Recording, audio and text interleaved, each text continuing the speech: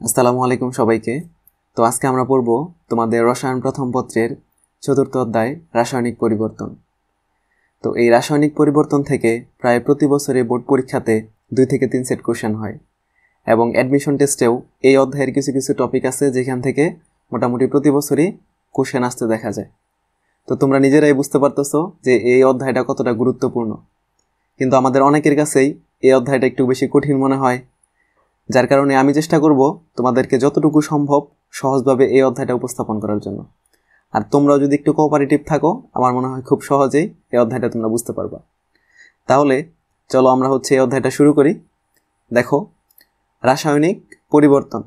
এখন রাসায়নিক পরিবর্তন বুঝতে হইলে তোমাকে আগে বুঝতে হবে যে পরিবর্তন কয় ধরনের হয়, অর্থাৎ কয়ভাবে পরিবর্তন হইতে পারে।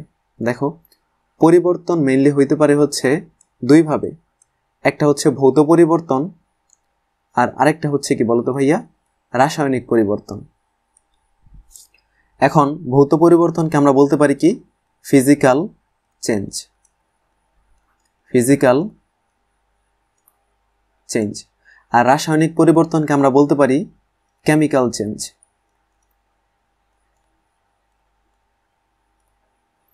এখন তাহলে দেখো ভাইয়া, যে ভৌত পরিবর্তন বা ফিজিক্যাল চেঞ্জ কিভাবে হয় আর কেমিক্যাল চেঞ্জ বা রাসায়নিক পরিবর্তন এইটা কিভাবে হয়, এই দুইটার মধ্যে পার্থক্য তুমি কিভাবে বুঝবা বা তুমি কিভাবে বুঝতে পারবা যে কোনটা ভৌত পরিবর্তন হয়েছে আর কোনটা রাসায়নিক পরিবর্তন হয়েছে। ঠিক আছে, দেখো আমি যদি তোমাকে একটা উদাহরণ দেই তাহলে জিনিসটা তোমার কাছে অনেক বেশি ইজি মনে হবে। দেখো, শুরুতে ধরো আমরা কি নিলাম, পানি নিলাম। এই পানিকে আমরা কি করলাম, তাপ দিলাম। পানিকে আমরা তাপ দিলাম। এখন ভাইয়া বলো তো, পানিকে তাপ দিলে কি হয়? পানিকে তাপ দিলে সেই পানিটা বাষ্পে পরিণত হবে। ঠিক আছে, আমি আবার কি করলাম, আবার আমি পানি নিলাম। এই পানিকে এবার কি করলাম, তাপ কমায় দিলাম, অর্থাৎ পানিটাকে আমি কি করলাম, ঠান্ডা করলাম। এবার দেখো, পানিকে তুমি যদি ঠান্ডা করো তাহলে পানিটা কিসে পরিণত হবে, বরফে পরিণত হবে। ঠিক আছে, দেখো পানি ছিল, তাপ দিলাম, বাষ্পে পরিণত হইল। আবার আমি পানি নিলাম, সেটাকে ঠান্ডা করলাম, সে বরফে পরিণত হইল। এখন দেখো তো, যখন সে পানি ছিল তখন তার আণবিক সংকেত কি ছিল, H2O। আর তাপ দেওয়ার ফলে যখন বাষ্প হইছে তখন তার আণবিক সংকেত কি, H2O। আবার আমি যখন পানি নিয়েছিলাম দ্বিতীয় ক্ষেত্রে, তখন পানির আণবিক সংকেত H2O। ঠান্ডা করলে যখন সে বরফ হইছে তখনও তার আণবিক সংকেত কি, H2O। এই আণবিক সংকেতটাই কিন্তু পানির মূল উপাদান। ঠিক আছে, তাহলে দেখো আমরা কিন্তু এখান থেকে দুইটা বিষয় লক্ষ্য করতে পারতেছি, যে মূল যেই উপাদান অর্থাৎ আণবিক সংকেতটা কিন্তু পরিবর্তন হইতেছে না, কিন্তু পানির যেই তোমার বাহ্যিক যে অবস্থা অর্থাৎ পানি, বাষ্প আর বরফ, তিনটা অবস্থার কিন্তু পরিবর্তন হইতেছে, কিন্তু তার মূল যেই উপাদান সেটা কিন্তু ভাইয়া পরিবর্তন হইতেছে না। আচ্ছা, তাহলে দেখো এই উদাহরণটা থেকে আমরা দুইটা জিনিস বলতে পারি না। দেখো, দুইটা জিনিস কি বলতে পারি না বলো তো? এক নাম্বার কি বলতে পারি, পদার্থের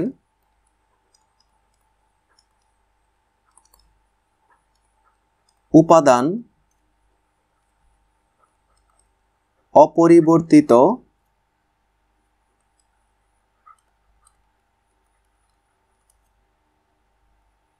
থাকবে।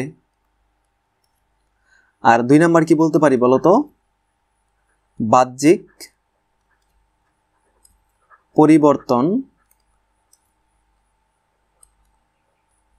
হবে। তাহলে যখন কি হয়, পদার্থের উপাদানসমূহ অপরিবর্তিত থাকে এবং বাহ্যিক পরিবর্তন হয়, এই ধরনের পরিবর্তনকেই আমরা কি বলতে পারি ভাইয়া বলো তো, ভৌত পরিবর্তন। এবার বলো তো ভাইয়া, বুঝতে পারছো কিনা যে পদার্থের মূল উপাদান বা পদার্থের যেই উপাদান আছে এইটা কি থাকবে, অপরিবর্তিত থাকবে, কিন্তু বাহ্যিক যেই অবস্থা সেটা ভাইয়া কি হবে, পরিবর্তন হবে। এই ধরনের পরিবর্তনকে আমরা কি বলতে পারি, ভৌত পরিবর্তন। বলো তো বুঝতে পারছো কিনা? আচ্ছা, ঠিক আছে। তাহলে এইবার ভাইয়া বলো তো, রাসায়নিক পরিবর্তন তাহলে কিভাবে বুঝবো আমরা? দেখো, এইটাও যদি আমরা একটা উদাহরণ দেই তাহলে খুব সহজে বুঝতে পারবা। ধরো আমরা শুরুতে নিলাম হচ্ছে একটা ক্ষার, সোডিয়াম হাইড্রোক্সাইড। আমরা মোটামুটি সবাই জানি যে সোডিয়াম হাইড্রোক্সাইড হচ্ছে একটা ক্ষার। এরপরে আমরা কি করলাম, এটার সাথে একটা অ্যাসিড নিলাম HCl। দেখো ক্ষারের সাথে যখন অ্যাসিড বিক্রিয়া করে তখন কি তৈরি হয় বলো তো, মনে আসছে না? এটা কিন্তু একদম 9 10-এ পড়ে আসছো তোমরা, খুবই ইজি। যে ক্ষারের সাথে অ্যাসিডের বিক্রিয়া হইলে তৈরি হয় হচ্ছে একটা লবণ NaCl, আর তৈরি হয় হচ্ছে একটা পানি H2O। তাহলে একটু খেয়াল করো উদাহরণটার দিকে, ছিল হচ্ছে ক্ষার আর হচ্ছে অ্যাসিড, দুইটা একসাথে যুক্ত হইলো বা বিক্রিয়া করলো, করে তৈরি হইলো লবণ আর হচ্ছে পানি। দেখো তো আগে যেই উপাদানগুলো ছিল পরবর্তীতে যে উৎপন্ন হয়েছে, উৎপাদের যে উপাদান, এগুলা কি একই আছে না পরিবর্তন হয়ে গেছে? হ্যাঁ, অবশ্যই পরিবর্তন হয়ে গেছে। আগে ছিল ক্ষার এবং অ্যাসিড, পরে হয়ে গেছে লবণ আর হচ্ছে কি পানি। তাহলে দেখো এখান থেকে আমরা কি বলতে পারি, 1 নাম্বার কি বলতে পারি বলো তো, পদার্থের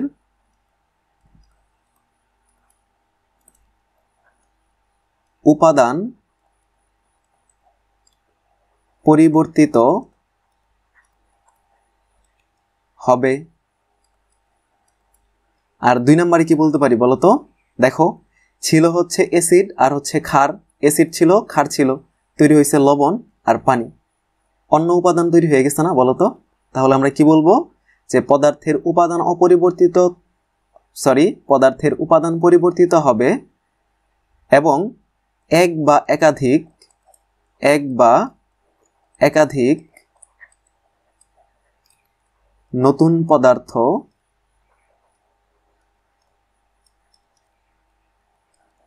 তৈরি হবে। তাহলে ভাইয়া আমরা কি বলতে পারতেছি বলতো, যেই পরিবর্তনে পদার্থের উপাদানগুলা পরিবর্তিত হবে এবং এক বা একাধিক নতুন পদার্থ, দেখো এই যে নতুন পদার্থ তৈরি হবে, এই ধরনের পরিবর্তনকে আমরা বলতে পারতেছি রাসায়নিক পরিবর্তন বা কেমিক্যাল চেঞ্জ। এখন বলো তো ক্লিয়ারলি বুঝতে পারছো নাকি বিষয়টা, যে রাসায়নিক পরিবর্তন আসলে কি জিনিস? আচ্ছা ঠিক আছে। তাহলে দেখো এই রাসায়নিক পরিবর্তন হওয়ার জন্য কিছু জিনিস হচ্ছে দায়ী, কিছু কিছু উপাদান যেগুলো হচ্ছে এই রাসায়নিক পরিবর্তন হওয়ার জন্য দায়ী। এই উপাদানগুলো কি কি?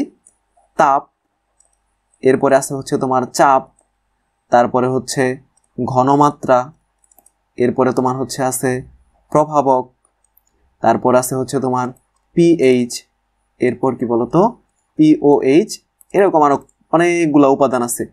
আর এই যে রাসায়নিক পরিবর্তন অধ্যায়, এই অধ্যায়ে মেইনলি আমরা হচ্ছে এই যে বিষয়গুলো আমরা দেখলাম, যে তাপ, চাপ, ঘনমাত্রা, প্রভাবক, pH, pOH, এই বিষয়গুলোরই ডিটেলস পড়ব, যে রাসায়নিক পরিবর্তনের সাথে এই জিনিসগুলো কিভাবে সম্পর্কিত বা এই জিনিসগুলো কিভাবে কাজ করে। ঠিক আছে? আচ্ছা তাহলে চলো আমরা সামনে যাই। দেখো এই যে দেখো এই স্লাইডটার মধ্যে আমরা কিন্তু রাসায়নিক পরিবর্তন নিয়ে যা যা পড়বো এটাকে আমরা 4 ভাগে ভাগ করছি। তো এটা হচ্ছে কি প্রথম অংশ, ফার্স্ট অংশ, এই যে এটা হচ্ছে কি সেকেন্ড অংশ, এটা হচ্ছে থার্ড অংশ, আর এটা হচ্ছে কি ফোর্থ অংশ। তোমাদের যাতে একটু সহজভাবে পড়ানো যায় বা তোমরাও যাতে সহজ জিনিসগুলো বুঝতে পারো, এই জন্য হচ্ছে আমরা এই অধ্যায়ের যে মেইন যে পড়াশোনা আছে এটাকে 4 ভাগে ভাগ করছি। তো প্রথম অংশে আমরা কি পড়বো, গ্রিন কেমিস্ট্রি বা সবুজ রসায়ন, এরপর পড়বো রাসায়নিক বিক্রিয়ার হার, বিক্রিয়ার ক্রম পড়ব, বিক্রিয়ার অর্ধায়ু পড়ব, একমুখী এবং উভমুখী বিক্রিয়া কিভাবে হয় বা কিভাবে কাজ করে এই জিনিসগুলো পড়ব, রাসায়নিক সাম্যাবস্থা পড়ব। এরপরে হচ্ছে রাসায়নিক সাম্যাবস্থার উপর 9 10-এ মনে আছে যে তোমরা হচ্ছে কোন টপিকটা পড়ছিলা, লাসাতিলিয়ার নীতি, এই লাসাতিলিয়ার নীতিটা কিভাবে কাজ করে একটা বিক্রিয়ার মধ্যে, এই জিনিসটা আমরা ডিটেলস পড়ব। এরপরে হচ্ছে সক্রিয়ণ শক্তি ও আরহেনিয়াসের যে সমীকরণ আছে এটাও আমরা পড়ব। তারপর তুমি যখন দ্বিতীয় অংশে আসবা এই সেকেন্ড পার্টে, তখন আমরা পড়ব হচ্ছে ভরক্রিয়ার সূত্র, এটা খুবই খুবই গুরুত্বপূর্ণ। এরপরে আমরা পড়ব হচ্ছে বিক্রিয়ার সাম্য ধ্রুবক কেপি এবং হচ্ছে কেসি নির্ণয়। আর এইখান থেকেই মেইনলি হচ্ছে তোমাদের সিকিউগুলা, অনেক সিকিউ চলে আসে। ঠিক আছে? আচ্ছা এরপর আমরা পড়ব তৃতীয় অংশ, এখানে কি পড়ব, পানির আয়নিক গুণফল পড়ব, অসওয়াল্ডের লঘুকরণ সূত্র এটা পড়ব, তারপর হচ্ছে অনুবন্ধী অম্ল ক্ষার, এটার কে এ এবং কেবি কিভাবে বের করতে হয় এটা আমরা শিখব। এরপর পিএইচ স্কেল সম্পর্কে পড়ব, তারপর পড়বো হচ্ছে দ্রবণের পিএইচ এবং পিওএইচ কিভাবে বের করা যায়, এই জিনিসটা আমরা শিখব। তারপর আমরা বাফার দ্রবণ নিয়ে পড়াশোনা করব।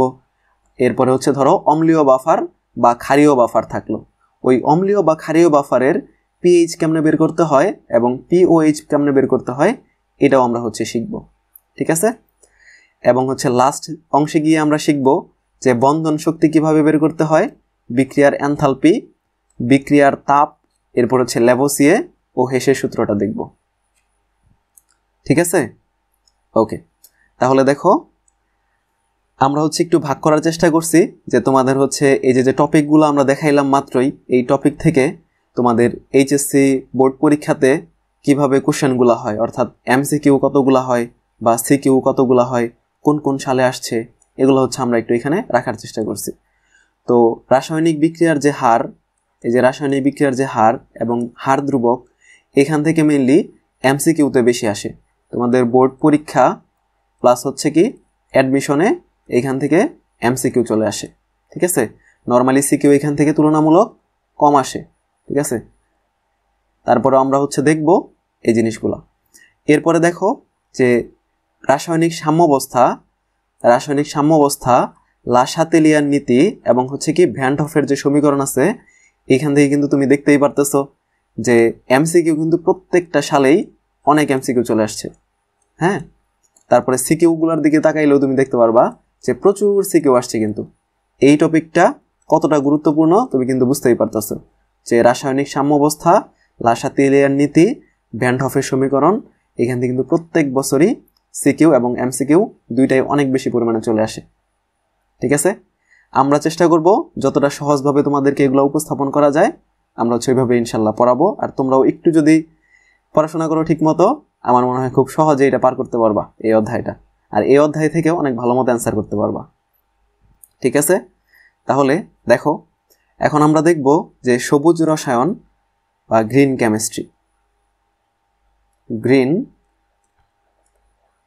কেমিস্ট্রি। দেখো আমরা শুরুতেই দেখব যে সবুজ রসায়ন কাকে বলে, এরপর আমরা দেখব যে সবুজ রসায়নের মূলনীতি। ঠিক আছে, সবুজ রসায়নের মূলনীতি কয়টি, তারপর দেখব যে সবুজ রসায়নের উদ্দেশ্যটা আসলে কি, মানে কোন উদ্দেশ্যে মেইনলি গ্রিন কেমিস্ট্রি কাজ করে। এরপর দেখব আমরা হচ্ছে অ্যাটম ইকোনমি। এই অ্যাটম ইকোনমিটা সবুজ রসায়নের সাথে অনেক বেশি রিলেটেড। ঠিক আছে, এটাও আমরা হচ্ছে দেখব। তো সবুজ রসায়নের দেখো মূলনীতি কয়টা বলতে পারবা, মনে আছে তোমাদের? সবুজ রসায়নের মূলনীতি হচ্ছে কয়টা? 12টা। ঠিক আছে, এটা কিন্তু এমসিকিউতে অনেক বেশি চলে আসে যে সবুজ রসায়নের মূলনীতি কয়টি। ঠিক আছে, ওকে। আর সবুজ রসায়ন কাকে বলে এবং সবুজ রসায়নের উদ্দেশ্য, এই দুইটা একটা আরেকটার সাথে অনেক বেশি রিলেটেড।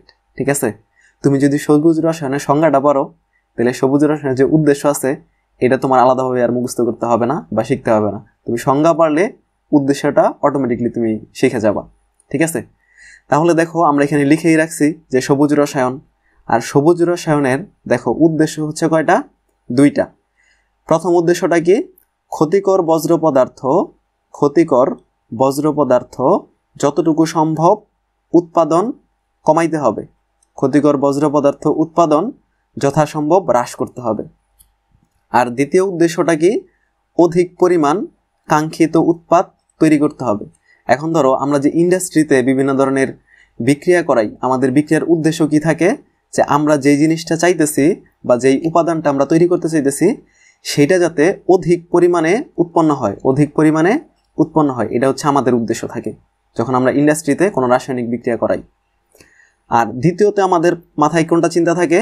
যে আমরা যে একটা পদার্থ উৎপন্ন করতেছি তখন ওই পদার্থের সাথে শুধু তো ওইটাই তৈরি হবে না, এর সাথে আরও কিছু উপাদান তৈরি হবে। আর অন্য যে উপাদানগুলো তৈরি হবে ওইখানে যাতে ক্ষতিকর বজ্র পদার্থ যেটা তৈরি হবে ওইটার উৎপাদন যাতে যতটুকু সম্ভব হ্রাস করা যায় বা কমানো যায়। তাহলে উদ্দেশ্য ভাইয়া কয়টা থাকে? 2টা উদ্দেশ্য থাকে। 1 নাম্বার হচ্ছে অধিক পরিমাণ কাঙ্ক্ষিত উৎপাদ তৈরি করতে হবে, আর 2 নাম্বার হচ্ছে যে ক্ষতিকর বজ্র পদার্থ আছে এটা যতটুকু সম্ভব হ্রাস করতে হবে। ঠিক আছে, তাহলে আমি কি বলতে পারি? দেখো এই বিক্রিয়াগুলা কোথায় ঘটানো হয়? যখন তুমি এগুলো নিয়ে কাজ করবা, এগুলো কোথায় ঘটানো হয়? শিল্পক্ষেত্রে। তাহলে দেখো সংজ্ঞাটা যদি আমরা একটু বুঝতে চেষ্টা করি, তাহলে আমরা কি লিখব? যে শিল্পক্ষেত্রে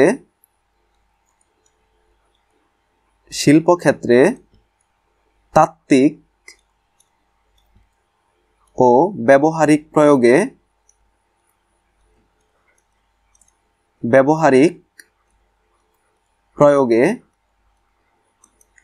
ক্ষতিকর বজ্র পদার্থ উৎপাদন যথাসম্ভব হ্রাস এবং অধিক কাঙ্ক্ষিত উৎপাদ তৈরির যেই প্রক্রিয়া, ঠিক আছে, তৈরির যেই প্রক্রিয়া তাকেই কি বলে বলতো? তাকেই সবুজ রসায়ন বলে। ঠিক আছে, বলো তো ভাইয়া, সহজভাবে বুঝতে পারছো না? যে শিল্পক্ষেত্রে তাত্ত্বিক এবং ব্যবহারিক প্রয়োগে ক্ষতিকর বজ্র পদার্থ উৎপাদন যথাসম্ভব হ্রাস এবং অধিক পরিমাণ কাঙ্ক্ষিত উৎপাদ তৈরির যেই প্রক্রিয়া তাকেই আমরা কি বলি? সবুজ রসায়ন বা গ্রিন কেমিস্ট্রি। ঠিক আছে, ওকে, তাহলে সংজ্ঞাটা কিন্তু হয়ে গেল। এরপর দেখো যে সবুজ রসায়নের মূলনীতি, এটা তো বলেই ফেলছি যে 12টা। তারপর হচ্ছে গ্রিন কেমিস্ট্রির উদ্দেশ্য কি বলো তো? এই যে মাত্র আমরা লিখছি না যে এই দুইটাই কিন্তু সংজ্ঞাটা তুমি ভালো মতো পারলে উদ্দেশ্যটাও কিন্তু অটোমেটিকলি তুমি শিখে যাবা, কারণ সংজ্ঞার মধ্যেই কিন্তু আছে দুইটা উদ্দেশ্য। 1 নম্বর কি বলতো? ক্ষতিকর বজ্র পদার্থ উৎপাদন যথাসম্ভব হ্রাস, আর 2 নম্বর হচ্ছে অধিক কাঙ্ক্ষিত উৎপাদ তৈরি। এই দুইটাই কিন্তু সবুজ রসায়নের উদ্দেশ্য। এরপর আমরা পড়ব অ্যাটম ইকোনমি। ঠিক আছে, অ্যাটম ইকোনমি। আর এই অ্যাটম ইকোনমিটা আমাদের একটু ডিটেলস পড়তে হবে। এইখান থেকে অনেক সময় এমসিকিউ তো আসেই, আর হচ্ছে এখান থেকে সিকিউও কিন্তু চলে আসে। তো আমরাও কিন্তু ওই জিনিসগুলোও দেখব সামনে, যে কিভাবে এখান থেকে সিকিউগুলো তুমি অ্যান্সার করবা বা কিভাবে ওগুলো করতে হয়। ঠিক আছে, আচ্ছা, তাহলে চলো আমরা সামনের দিকে যাই। দেখো এখন আছে, আমরা যে মাত্রই দেখছিলাম সবুজ রসায়নের মূলনীতি কয়টা বলো তো?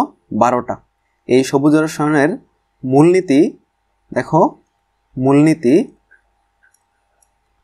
ঠিক আছে, কয়টি? 12টি। এই 12টি আমরা হচ্ছে একটু পড়বো। তোমরা বই থেকে একটু রিডিং আছে, ওই রিডিংটা তোমরা হচ্ছে একটু ডিটেলস দেখে নিবা। আমরা জাস্ট পয়েন্টগুলো একটু দেখি বা পয়েন্টগুলো একটু বলি। দেখো 1 নম্বর হচ্ছে কি? বজ্র পদার্থ রোধকরণ পদ্ধতির ব্যবহার করতে হবে। তারপর হচ্ছে ন্যূনতম ঝুঁকির পদ্ধতির ব্যবহার করব আমরা। নিরাপদ কেমিক্যাল পরিকল্পনা, এটা ব্যবহার করব। তারপর হচ্ছে কি? শক্তির কার্যকারিতার জন্য কাজ করব। এরপর হচ্ছে পুনরুদ্ধারকৃত কাঁচামালের ব্যবহার করব, মানে যে কাঁচামালগুলা আমরা বারবার ইউজ করতে পারি, ঠিক আছে, রিসাইকেল করা যায়, এই ধরনের কাঁচামাল আমরা বিক্রিয়ার সময় ব্যবহার করব। এইগুলো হচ্ছে কি বলতো? সবুজ রসায়নের মূলনীতি। মানে এই মূলনীতিগুলো মাইনা যদি আমি চলি, তাহলে সবুজ রসায়নের আমরা হচ্ছে যেই ফলাফলটা সেটা ঠিকভাবে পাবো। তারপর হচ্ছে কি? নবায়নযোগ্য কাঁচামালের ব্যবহার। এরপর হচ্ছে অনুগঠন, ঠিক আছে, অনুগঠন বা হচ্ছে কি ক্যাটালিস্ট, ঠিক আছে, আমরা হচ্ছে ক্যাটালিস্ট ব্যবহার করব। তারপর হচ্ছে ক্ষুদ্রাংশকরণের যে পরিকল্পনা, এইটা আমরা ব্যবহার করব। এরপর হচ্ছে দূষণ রোধে প্রকৃত সময় বিশ্লেষণ করব। আর তারপরে হচ্ছে কি? দুর্ঘটনা রোধের জন্য সহস্তর নিরাপদ রসায়ন ব্যবহার করব। তাহলে এইখানে কয়টা আছে বলো তো ভাইয়া? এখানে কিন্তু কয়টা আছে? 10টা আছে। তাহলে এইখানে যদি 10টা থাকে, বাকি দুইটা কোথায়? বাকি দুইটা কিন্তু সামনেই আছে। ঠিক আছে, ওই দুইটাও দেখবো। আর ওই দুইটা আমাদের একটু ডিটেলস পড়তে হয়, যার কারণে আমরা হচ্ছে দুইটাকে একটু আলাদা রাখছি। ঠিক আছে, ওকে, আচ্ছা। দেখো তাহলে এখানে আমরা কি দেখতেছি? 11 নম্বরটা হচ্ছে কি? নিরাপদ দ্রাবক এবং সহায়ক সমূহ। দেখো নর্মালি আমরা যখন কি করি? রাসায়নিক সংশ্লেষণ করি, অর্থাৎ রাসায়নিক বিক্রিয়ার মাধ্যমে কোনো কিছুকে আলাদা করি। ঠিক আছে, রাসায়নিক সংশ্লেষণে তখন ব্যাপক হারে আমরা কি ব্যবহার করি বলতো? দ্রাবক ব্যবহার করি। রাসায়নিক সংশ্লেষণের সময় আমরা হচ্ছে ব্যাপক হারে দ্রাবক ব্যবহার করি। আর নর্মালি আমরা যে দ্রাবকগুলা ব্যবহার করি, এই দ্রাবকগুলা কেমন হয় বলতো? বিষাক্ত হয় এবং হচ্ছে উদ্দায়ী হয়। আচ্ছা, একটু মনে হয় তোমাদের কাছে কঠিন মনে হইতেছে, তাই না? যে দ্রাবকগুলা কেমন হয়? বিষাক্ত এবং হচ্ছে উদ্দায়ী হয়। এখন তোমার যদি আমি উদাহরণটা দেই, তাহলে তুমি খুব সহজে বুঝতে পারবা যে আমি আসলে কোন এলিমেন্টগুলোর কথা বুঝাইতেছি। দেখো তাহলে উদাহরণ কি কি? যেমন হচ্ছে অ্যালকোহল, ROH, তারপরে আছে হচ্ছে কি বেনজিন। দেখো এই বেনজিন কিন্তু ক্যান্সার সৃষ্টি করার জন্য দায়ী। তার মানে তুমি বুঝতেই পারতেছো এটা কতটা বিষাক্ত বা হচ্ছে অনুপকারী। ঠিক আছে, এরপরে কি আছে কার্বন টেট্রাক্লোরাইড CCl4, তারপরে আছে ক্লোরোফর্ম। ঠিক আছে, তোমরা অবশ্যই জানো সবাই যে ক্লোরোফর্ম কিন্তু বিষাক্ত টাইপের। ঠিক আছে, তো ক্লোরোফর্ম, তারপর হচ্ছে কি আছে তোমার হচ্ছে ক্লোরোইথিলিন। হ্যাঁ, এই জিনিসগুলো হচ্ছে আমরা নর্মালি ইউজ করি। এখন আমরা যেহেতু সবুজ রসায়ন নিয়ে কাজ করতে চাইতেছি, তো আমাদের উদ্দেশ্য থাকবে যাতে এই দ্রাবকগুলো আমরা ব্যবহার না করে আমরা যাতে যেগুলো হচ্ছে নিরাপদ দ্রাবক বা যেগুলো হচ্ছে তেমন একটা ক্ষতি হয় না ওই দ্রাবকগুলো আমরা ইউজ করব। ঠিক আছে, এটাই কিন্তু আমাদের উদ্দেশ্য। তাহলে আমরা কি করব, বর্তমানে দেখো এই দ্রাবক সমূহের পরিবর্তে আমরা কি করি, সবুজ যেই দ্রাবকগুলো আছে দেখো সাফার গ্রিন সলভেন্ট, এগুলো হচ্ছে আমরা ব্যবহার করি। যেমন হচ্ছে আয়নিত তরল, তারপর হচ্ছে অতি সংকটীয় বা super critical carbon dioxide fluid. ঠিক আছে, এটা ব্যবহার করব। এরপর আমরা পানি ইউজ করতে পারি, অথবা অতি সংকটীয় পানি, এটা আমরা ব্যবহার করতে পারি। আর আরেকটা জিনিস করতে পারি, আমরা চাইলে দ্রাবকহীন যেই পদ্ধতি, এই পদ্ধতিতেই আমরা রাসায়নিক সংশ্লেষণগুলো করতে পারি। ঠিক আছে, তাহলে আমাদের কিন্তু আর দ্রাবকেরই প্রয়োজন হইল না। আর দ্রাবকের যদি প্রয়োজন না হয় তাহলে তো বিষাক্ত আর উদ্দায়ী ওগুলোও কিন্তু আমাদের আর তেমন একটা কাজে লাগবে না বা ক্ষতি করতে পারবে না। ঠিক আছে, দেখো নিচে এখানে যে অতি সংকটীয় কার্বন ডাইঅক্সাইড ফ্লুইড, এটার একটু বিস্তারিত দেওয়া আছে। তোমরা যদি একটু পড়ো তাহলে আমার মনে হয় যে তোমরা নিজেরাই এগুলো একটু বুঝতে পারবা। হ্যাঁ, তোমরা একটু জাস্ট রিডিং করে নিবা, কারণ ক্লাস শেষে তো তোমাদের স্লাইড দিয়েই দিব। ঠিক আছে, ওকে, তাহলে আমরা দেখো সামনের দিকে যাই। এখন আমরা পড়বো ওই দেখো 12 নম্বরে কি ছিল, অ্যাটম ইকোনমি। তোমাদের বলছিলাম না যে আমরা হচ্ছে ডিটেলস কিন্তু পড়বো। কি পড়বো, অ্যাটম ইকোনমি। ঠিক আছে, অ্যাটম ইকোনমি। ঠিক আছে, এই অ্যাটম ইকোনমিকে আমরা সংক্ষেপে কিভাবে প্রকাশ করি, দেখো অ্যাটম থেকে আসবে এ, ইকোনমি থেকে আসবে কি ই, তার মানে আমরা সংক্ষেপে লিখতে পারি এই। আর এইটা বের করতে হয় পার্সেন্টেন্সে। এটা কিসে বের করতে হয়, পার্সেন্টেন্সে। ঠিক আছে, তাহলে দেখো আমরা যদি একটা বিক্রিয়া দেখি, হ্যাঁ আমরা যদি কি করি, একটা বিক্রিয়া দেখি শুরুতে, ধরো, তাইলে তুমি সহজে বুঝতে পারবা। আর শুরুতে তোমাদের হচ্ছে অ্যাটম ইকোনমির সংজ্ঞাটা একটু লিখে দিই। দেখো অ্যাটম ইকোনমি, এই যে পার্সেন্টেন্স দিয়ে আমরা হচ্ছে এটাকে মেইনলি প্রকাশ করি। তো পার্সেন্টেন্স অফ এই বা অ্যাটম ইকোনমি সমান হচ্ছে, উপরে থাকবে হচ্ছে কি কাঙ্ক্ষিত উৎপাদের ভর, উপরে কি থাকবে কাঙ্ক্ষিত উৎপাদের ভর, আর নিচে থাকবে মোট উৎপাদের ভর। ঠিক আছে, উপরে থাকবে কাঙ্ক্ষিত উৎপাদের ভর, নিচে থাকবে মোট উৎপাদের ভর, অর্থাৎ ওই বিক্রিয়াতে মোট যতগুলো উৎপাদ তৈরি হয়েছে তাদের ভর, ইনটু হবে কি 100%। কিছুক্ষণ আগেই বলছি যে অ্যাটম ইকোনমি থেকে আমরা কিভাবে বের করি, পার্সেন্টেন্সে। এই জন্য আমরা শুধুমাত্র 100% দিয়ে গুণ করছি, তাছাড়া কিন্তু অন্য কোনো কারণেই 100টা আসে নাই। জাস্ট তুমি হচ্ছে পার্সেন্টেন্সে নিবা, এই জন্যই 100টা আসছে। ওকে, তাহলে মেন জিনিসটা কি, কাঙ্ক্ষিত উৎপাদের ভর ভাগ হচ্ছে কি মোট উৎপাদের ভর। এখন ভাইয়া তোমাকে যদি আমি সংজ্ঞা বলতে বলতাম, তাহলে বলো তো কি বলতা, যে অ্যাটম ইকোনমির সংজ্ঞাটা কি। ঠিক আছে, অ্যাটম ইকোনমির সংজ্ঞাটা কি, দেখো তো এই সূত্রটা তুমি যদি পারো তাহলে কিন্তু খুব সহজেই তুমি সংজ্ঞাটাও বলতে পারতেছো। শুধুমাত্র এই সূত্রটা পারলে তুমি কিন্তু খুব সহজেই সংজ্ঞা বলতে পারতেছো। কিভাবে বলতে পারতেছো, দেখো এই কাঙ্ক্ষিত উৎপাদের ভর এবং মোট উৎপাদের ভরের অনুপাত না, বলতো এখানে কি আমরা ভাগ দিচ্ছি না, তার মানে কি অনুপাত না। তাহলে কোন রাসায়নিক বিক্রিয়ায় কি বলবা, শুধুমাত্র রাসায়নিক বিক্রিয়ার কথাটা সামনে আনবা, যে কোনো রাসায়নিক বিক্রিয়ায় কাঙ্ক্ষিত উৎপাদের ভর এবং হচ্ছে কি বলতো মোট উৎপাদের ভরের যেই অনুপাত, এটাকে আমরা কি বলি, অ্যাটম ইকোনমি। ঠিক আছে, এখন তোমার যদি আমি একটু উদাহরণ দেই, তুমি এই জিনিসটা কিন্তু খুব ইজিভাবে বুঝতে পারবা। ঠিক আছে, ধরো আমরা হচ্ছে দুইটা পদ্ধতির মাধ্যমে একটা জিনিস পাওয়ার চেষ্টা করছি। ধরো প্রথম পদ্ধতিতে দিলাম, 1 নম্বরে দিলাম এ প্লাস হচ্ছে কি বি, এ আর বিকে আমি বিক্রিয়া করাইছি, তৈরি হচ্ছে দেখো কি কি তৈরি হয়েছে, সি প্লাস হচ্ছে ডি। আর দ্বিতীয় ক্ষেত্রে দেখো আমি এ আর বিকে বিক্রিয়া করাইছি, তৈরি হয়েছে হচ্ছে সি প্লাস ডি প্লাস হচ্ছে কি ই। এখন তোমাকে একটু সহজ করে বলি, দেখো 1 নম্বরে এ এবং বি কে আমি বিক্রিয়া করাইছি, তৈরি হয়েছে সি আর ডি। এই যে সি আর ডি যে উৎপন্ন হয়েছে, যে উৎপাদ, এই দুইটা উৎপাদের মধ্যে আমার দরকার হচ্ছে সি কে। কাকে দরকার? C K. তার মানে দেখো উৎপাদ তৈরি হয়েছে কিন্তু দুইটা, সি আর হচ্ছে কি ডি, কিন্তু আমার দরকার কাকে? এই যে লাল কালার যে বক্স করা, আমার দরকার এই সিটাকে।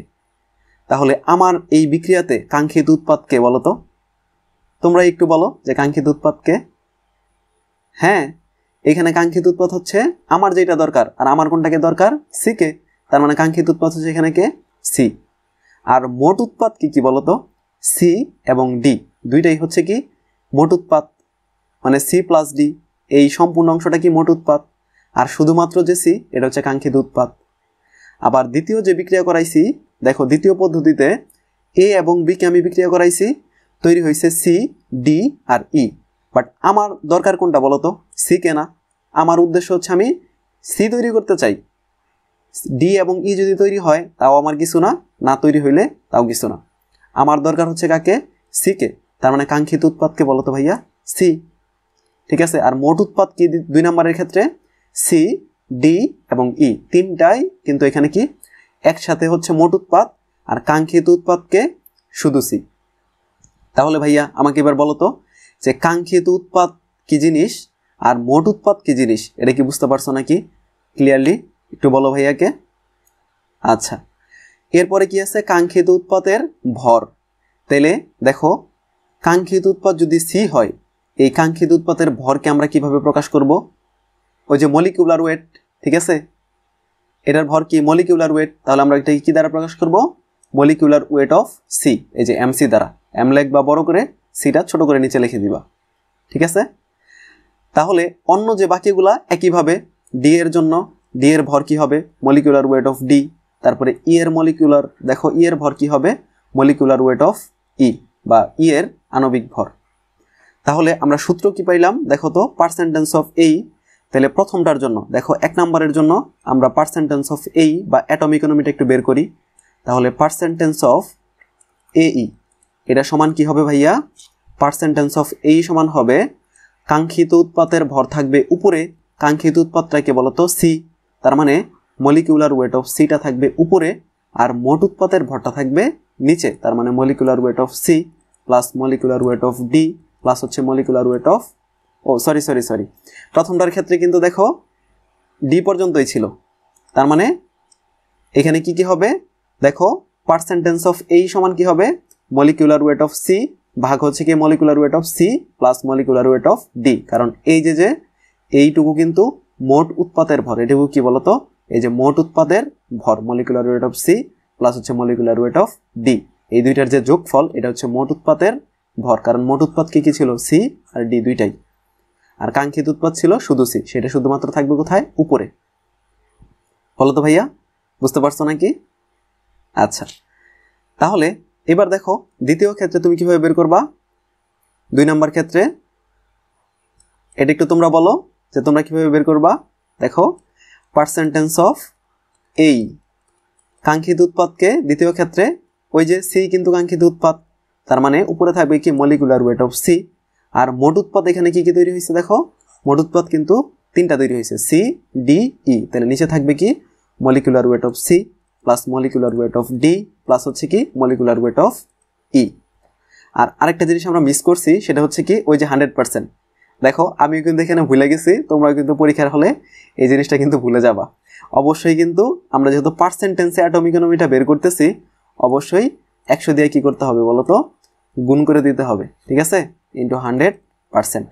শুধুমাত্র পার্সেন্টেজের জন্য 100 দিয়ে গুণ করতে হয়, অন্য কোনো কিন্তু উদ্দেশ্য এখানে নাই। বলো তো ভাইয়া আমাকে যে এই জিনিসটা সহজে বুঝতে পারছো নাকি? মানে তোমরা হচ্ছে ভালো মতো বুঝতে পারছো নাকি একটু বলো তো? আচ্ছা ঠিক আছে, থ্যাংক ইউ বোঝার জন্য। তাহলে আমরা হচ্ছে ধরো সামনের দিকে যাই, চলো। ওকে, দেখো আমাদের এখানে হচ্ছে এই অ্যাটমিক ইকোনমির একটা হচ্ছে এক্সাম্পল আছে। এটা হচ্ছে একটা এই সিকিউ কোশ্চেন, ঘতে আসছিল, দেখতেই পারতেছো যে ঘ নাম্বারে আসছিল, ঠিক আছে। দেখো এই অ্যাটমিক ইকোনমির একদম রিয়েল লাইফ উদাহরণটা আমরা এখানে এখন সলভ করে ফেলবো, ঠিক আছে। দেখো এই যে প্রশ্নটা, এটা কিসের বলতো? একটা ইথানল তৈরির প্রক্রিয়া, ইথানল উৎপাদনের দুইটা পদ্ধতি। হ্যাঁ, ইথানল উৎপাদনের দুইটা বা ইথানল তৈরির দুইটা কি বলতো পদ্ধতি। এই যে এটা হচ্ছে কি 1 নম্বর পদ্ধতি, আর নিচেরটা হচ্ছে 2 নম্বর পদ্ধতি। প্রথম পদ্ধতিতে কি হয়েছে? একটা গ্লুকোজ জাইমেস এনজাইমের সহায়তায় 20 থেকে 25 ডিগ্রি সেলসিয়াস তাপমাত্রায় কি করছে বলতো ভাইয়া? 2 মোল ইথানল তৈরি করছে। কি করছে? 2 মোল ইথানল তৈরি করছে। হ্যাঁ, 2 মোল কি করছে বলতো? ইথানল তৈরি করছে। আর তৈরি করছে কি? Carbon dioxide. কয় মোল? 2 মোল। আর দ্বিতীয় ক্ষেত্রে কি হয়েছে দেখো, তোমার হচ্ছে ইথাইল ব্রোমাইড। এই ইথাইল ব্রোমাইডটা কার সাথে বিক্রিয়া করছে? পটাশিয়াম হাইড্রোক্সাইডের সাথে 50 থেকে 60 ডিগ্রি সেলসিয়াস তাপমাত্রায় কি তৈরি করছে বলতো ভাইয়া? কি তৈরি করছে? ইথানল তৈরি করছে। ঠিক আছে, ইথানলটা তৈরি করছে। আর তৈরি করছে কি? Potassium bromide. ঠিক আছে, আচ্ছা। আর আমাকে কি প্রশ্ন করছে দেখো তো, একটু প্রশ্নটা দেখো, যে ইথানল উৎপাদনের কোন পদ্ধতিটি গ্রিন কেমিস্ট্রির সাথে সামঞ্জস্যপূর্ণ? গ্রিন কেমিস্ট্রির সাথে সামঞ্জস্যপূর্ণ। এখন ওই যে বলছিলাম না যে গ্রিন কেমিস্ট্রির সাথে সম্পর্ক কার বলতো? কার সম্পর্ক বেশি? সম্পর্ক কার? বা গ্রিন কেমিস্ট্রি থেকে মেইনলি যে ম্যাথগুলা সেগুলো কোন জায়গা থেকে আসে? অ্যাটম ইকোনমি থেকে। কোন জায়গা থেকে বলতো? এই যে অ্যাটম ইকোনমি থেকে। তার মানে অ্যাটম ইকোনমি বের করলে আমরা বুঝতে পারবো যে কে গ্রিন কেমিস্ট্রির সাথে বেশি সামঞ্জস্যপূর্ণ। আর এই প্রশ্নটা আরেকভাবে লিখতে পারে। কি লিখতে পারে বলতো? দেখো, এই প্রশ্নটা একই জিনিস, এই দুইটা প্রশ্নের একই অ্যান্সার। আরেকটা প্রশ্ন কি হইতে পারতো? যে কোন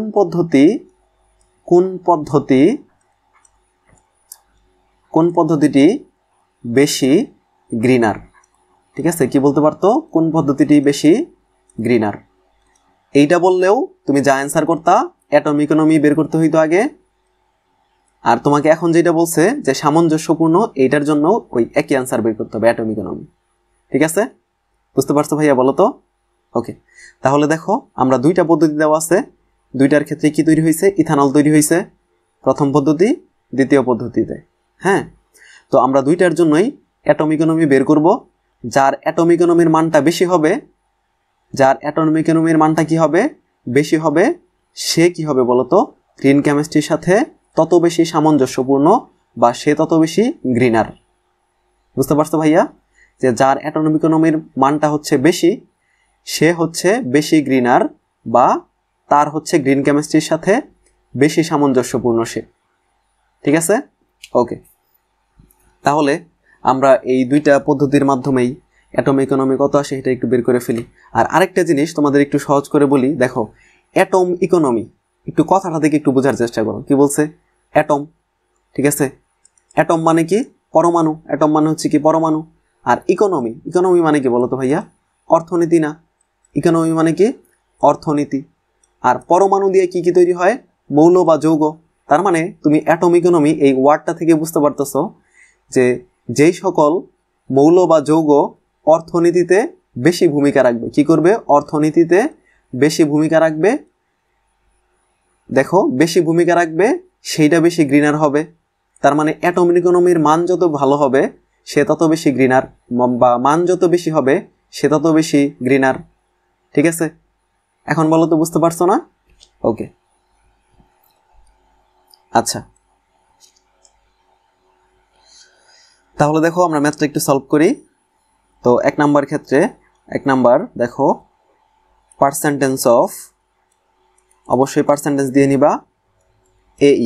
ঠিক আছে, পার্সেন্টেজ অফ এই সমান কি? উপরে কি থাকতো বলো তো? কাঙ্ক্ষিত উৎপাতের ভর। ঠিক আছে, উপরে কি থাকতো? কাঙ্ক্ষিত উৎপাতের ভর, আর নিচে থাকতো মোট উৎপাতের ভর। এখন ভাইয়া আমাকে বলো তো, যে এই বিক্রিয়াটাতে প্রথম ক্ষেত্রে কাঙ্ক্ষিত উৎপাদ কোনটা? এই যে অ্যালকোহল, কারণ তুমি অ্যালকোহল উৎপাদনের দুইটা পদ্ধতি দেখতেছো, আর কাঙ্ক্ষিত উৎপাদ তাহলে কে? অ্যালকোহল। ঠিক আছে, তাহলে দেখো অ্যালকোহলের ভরটা দিব আমরা উপরে, তার মানে মলিকিউলার ওয়েট অফ C2H5OH। দেখো অ্যালকোহলটা ভাইয়া কয় মোল আছে? এটা একটু গুরুত্বপূর্ণ, বুঝছো? যে অ্যালকোহলটা ভাইয়া কয় মোল আছে দেখো তো? 2 মোল আছে না? এই যে দেখো মার্ক করে দিলাম, লাল মার্ক। কয় মোল আছে ভাইয়া বলো তো? 2 মোল কিন্তু আছে। কয় মোল আছে? অ্যালকোহল আছে 2 মোল। ঠিক আছে, তাহলে আমরা শুরুতে একটা কি দিব? 2 দিব। 2 ইন্টু ওই যে মলিকিউলার ওয়েট, কারণ অ্যালকোহল কয় মোল তৈরি হয়েছে? 2 মোল। তার মানে কাঙ্ক্ষিত উৎপাদের জায়গায় অ্যালকোহলের ভরটা তো দিবই, আগে একটা 2 দিয়ে গুণ দিয়ে দিব, কারণ কি 2 মোল তৈরি হয়েছে। আর নিচে থাকবে কি মোট উৎপাদের ভর। মোট উৎপাদ কি বলতো, প্রথম ক্ষেত্রে অ্যালকোহল আর হচ্ছে কি কার্বন ডাইঅক্সাইড, কয় মোল করে 2 মোল অ্যালকোহল 2 মোল কার্বন ডাইঅক্সাইড। তাহলে নিচে আসবে মোট উৎপাদের ভর। তার মানে আমরা নিচে কি লিখব, এই যে 2 ইন্টু কি লিখবো বলতো, মলিকিউলার ওয়েট অফ C2H5OH, তারপর প্লাস দিব, প্লাস কি বলতো, কয় মোল তৈরি হয়েছে কার্বন ডাইঅক্সাইড 2 মোল, তার মানে কি দিব, কয় মোল তৈরি হয়েছে 2 মোল, তার মানে আগের মধ্যে আবার 2, আর হচ্ছে এরপরে কি দিব, molecular weight of carbon dioxide. ঠিক আছে, বুঝতে পারছো? আর শেষে কি দিয়ে দিব, ইন্টু 100%। এটা কিন্তু ভাইয়া ভুল করিও না, 100টা কিন্তু অবশ্যই দিতে হবে, কারণ আমরা পার্সেন্টেন্সে বের করতেছি। ওকে, তাহলে আমরা ভাইয়া এবার মানগুলো বসায় ফেলি। দেখো মানগুলো আমরা বসিয়ে ফেলি। আচ্ছা, তাহলে উপরে কি থাকবে বলতো, 2 গুণন, দেখো C2H5OH। এখন ভাইয়া আমাকে বলো তো যে এখানে সি কয়টা আছে, 2টা, তাই না? সি 2টা, একটা কার্বনের ভর কত, 12, তার মানে 12 দুগুণে কত হবে, 24। 12 দুগুণে কত হবে বলো তো, 24। আর হাইড্রোজেন কয়টা আছে, দেখো এখানে আছে 5টা, এখানে একটা, তাহলে কয়টা হইলো, টোটাল 6টা হইলো। 5 আর 1 কত, 6। একটা হাইড্রোজেনের ভর কত, 1, 6টার কত বলো তো, 6। আর অক্সিজেন কয়টা আছে, একটা, আর একটা অক্সিজেনের ভর কত, 16। ঠিক আছে, তাহলে নিচে তো ওই যে 2 মোল তোমার হচ্ছে কি ইথানল, ওইটাই হবে। তার মানে 2 ইন্টু 24 যোগ 6 যোগ হচ্ছে কি 16। এরপরে হচ্ছে সেকেন্ড ব্র্যাকেট দিবা, তারপর দেখো 2 মোল কার্বন ডাইঅক্সাইড ছিল না নিচে, প্লাস 2 মোল, এই জন্য দিবা 2। কার্বন ডাইঅক্সাইডের ভর কত বলো তো, কার্বনের ভর কত, 12, তার মানে দিবা 12। এরপরে দিবা প্লাস অক্সিজেন কয়টা আছে, 2টা, একটা অক্সিজেনের ভর কত, 16, তাহলে 2টার কত, 16 দুগুণে 32। ঠিক আছে, এরপরে সেকেন্ড ব্র্যাকেট। আচ্ছা, ইন্টু কি বলতো, 100%। ঠিক আছে, এইবার তুমি যদি এটা ক্যালকুলেশন করো, তাহলে এটার রেজাল্ট আসবে হচ্ছে কত আসবে বলতো, 51.11, দেখো 51.11%। তুমি যদি এটা সলভ করো তাহলে তুমি পাবা কত, 51.11%। ঠিক আছে, এটা কিন্তু অ্যাটমিক ইকোনমি বের হয়ে গেছে। আচ্ছা, অনেক বেশি কি কঠিন ছিল ভাইয়া বলো তো? হ্যাঁ, সহজই ছিল। ওকে, তাহলে চলো আমরা সামনে যাই। দেখো এরপরে হচ্ছে ইথানল। দেখো আমরা কিন্তু 1 নাম্বার পদ্ধতির পার্সেন্টেজ অফ এই অ্যাটমিক ইকোনমি সেটা কিন্তু বের করছি। আমরা হচ্ছে দ্বিতীয় ক্ষেত্রে যে অ্যাটমিক ইকোনমি সেটাকে আমরা বের করছি, এখনো কিন্তু করি নাই।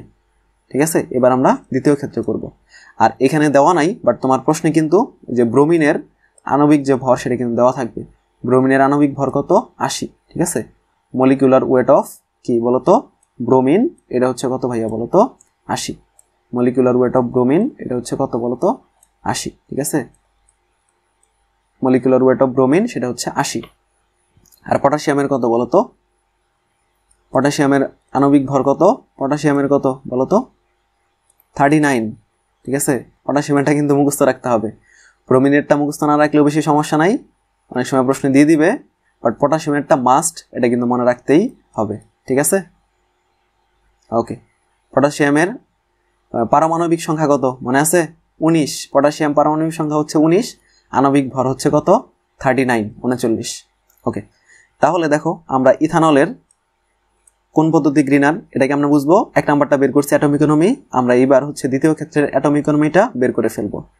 তাহলে দ্বিতীয় ক্ষেত্রের অ্যাটমিক ইকোনমি বের করি আমরা, পার্সেন্টেজ অফ এই সমান কি বলতো, ওই যে আগের সূত্রটাই, উপরে থাকবে কাঙ্ক্ষিত উৎপাতের ভর, উপরে কাঙ্ক্ষিত উৎপাতের ভর, আর নিচে যাবে কি মোট উৎপাতের ভর। তাহলে কাঙ্ক্ষিত উৎপাতের ভর মানে কি, মলিকুলার ওয়েট অফ C2H5OH, আর নিচে থাকবে কি molecular weight of C2H5OH, plus হচ্ছে কি দেখো পটাশিয়াম ব্রোমাইড তৈরি হয়েছে না, তাহলে molecular weight of KBr, potassium bromide, into কি বলতো, ইন্টু 100%। এইবার আমরা দেখো তাহলে মানগুলো বসায় ফেলি। দেখো মলিকুলার ওয়েট অফ এই যে ইথানল এটা কত ছিল, কার্বন 2টা তার মানে 24, 12 দুগুণে 24, প্লাস হচ্ছে হাইড্রোজেন কয়টা, 6টা তার মানে 6, প্লাস হচ্ছে কি অক্সিজেন 1টা তার মানে হচ্ছে কত 16। আর নিচে তো ওই যে ইথানলই তার মানে 24 প্লাস 6 প্লাস হচ্ছে কি 16। আর কি আছে পটাশিয়াম ব্রোমাইড, তাহলে প্লাস দিবা molecular weight of potassium bromide এটা কত, পটাশিয়ামের কত বলো তো 39 আর ব্রোমিনের কত 80, ঠিক আছে, ইন্টু হচ্ছে কি বলো তো 100%, ঠিক আছে। আর এটা যদি তুমি ক্যালকুলেশন করো তাহলে তুমি কি পাবা বলো তো, তুমি পাবা হচ্ছে 27.87%। কত পাবো বলো তো 27.87%। আচ্ছা তাহলে ভাইয়া এবার একটা জিনিস দেখো যে আমরা কিন্তু দেখো প্রথম ক্ষেত্রে অ্যাটম ইকোনমি বের করছি 1 নাম্বার ক্ষেত্রে, সেটা কত আসছিল, আমরা কিন্তু পার্সেন্টেজ অফ অ্যাটম ইকোনমি প্রথমটা বের করছি, সেটা কত আসছিল 51.11%। মনে আছে না তোমাদের, এই যে দেখো কত আসছিল 51.11%। এরপরে দেখো দ্বিতীয় ক্ষেত্রে আমরা যখন বের করলাম এটা কত আসছে 27.87%। তাহলে দেখো দ্বিতীয় ক্ষেত্রে পার্সেন্টেজ অফ এই এটা কত আসছে 27.87%। এখন ভাইয়া আমাকে বলো তো যে কোনটার অ্যাটম ইকোনমির পার্সেন্টেজটা বেশি আসছে, প্রথমটা নাকি দ্বিতীয়টা বলো তো, প্রথমটা নাকি দ্বিতীয়টা, কোনটা বেশি, বেশি কোনটা, হ্যাঁ বেশি অবশ্যই কোনটা বলো তো 1 নাম্বারটা, হ্যাঁ বেশি কোনটা বলো তো 1 নাম্বারটা। আর অ্যাটম ইকোনমি যার বেশি সে বেশি কি বলো তো গ্রিন কেমিস্ট্রির সাথে সামঞ্জস্যপূর্ণ, সে গ্রিন কেমিস্ট্রির সাথে বেশি সামঞ্জস্যপূর্ণ। তার মানে কি কোন পদ্ধতিটা বেশি সামঞ্জস্যপূর্ণ, 1 নং, অতএব আমরা কি বলবো, অতএব 1 নং পদ্ধতির সাথে গ্রিন কেমিস্ট্রির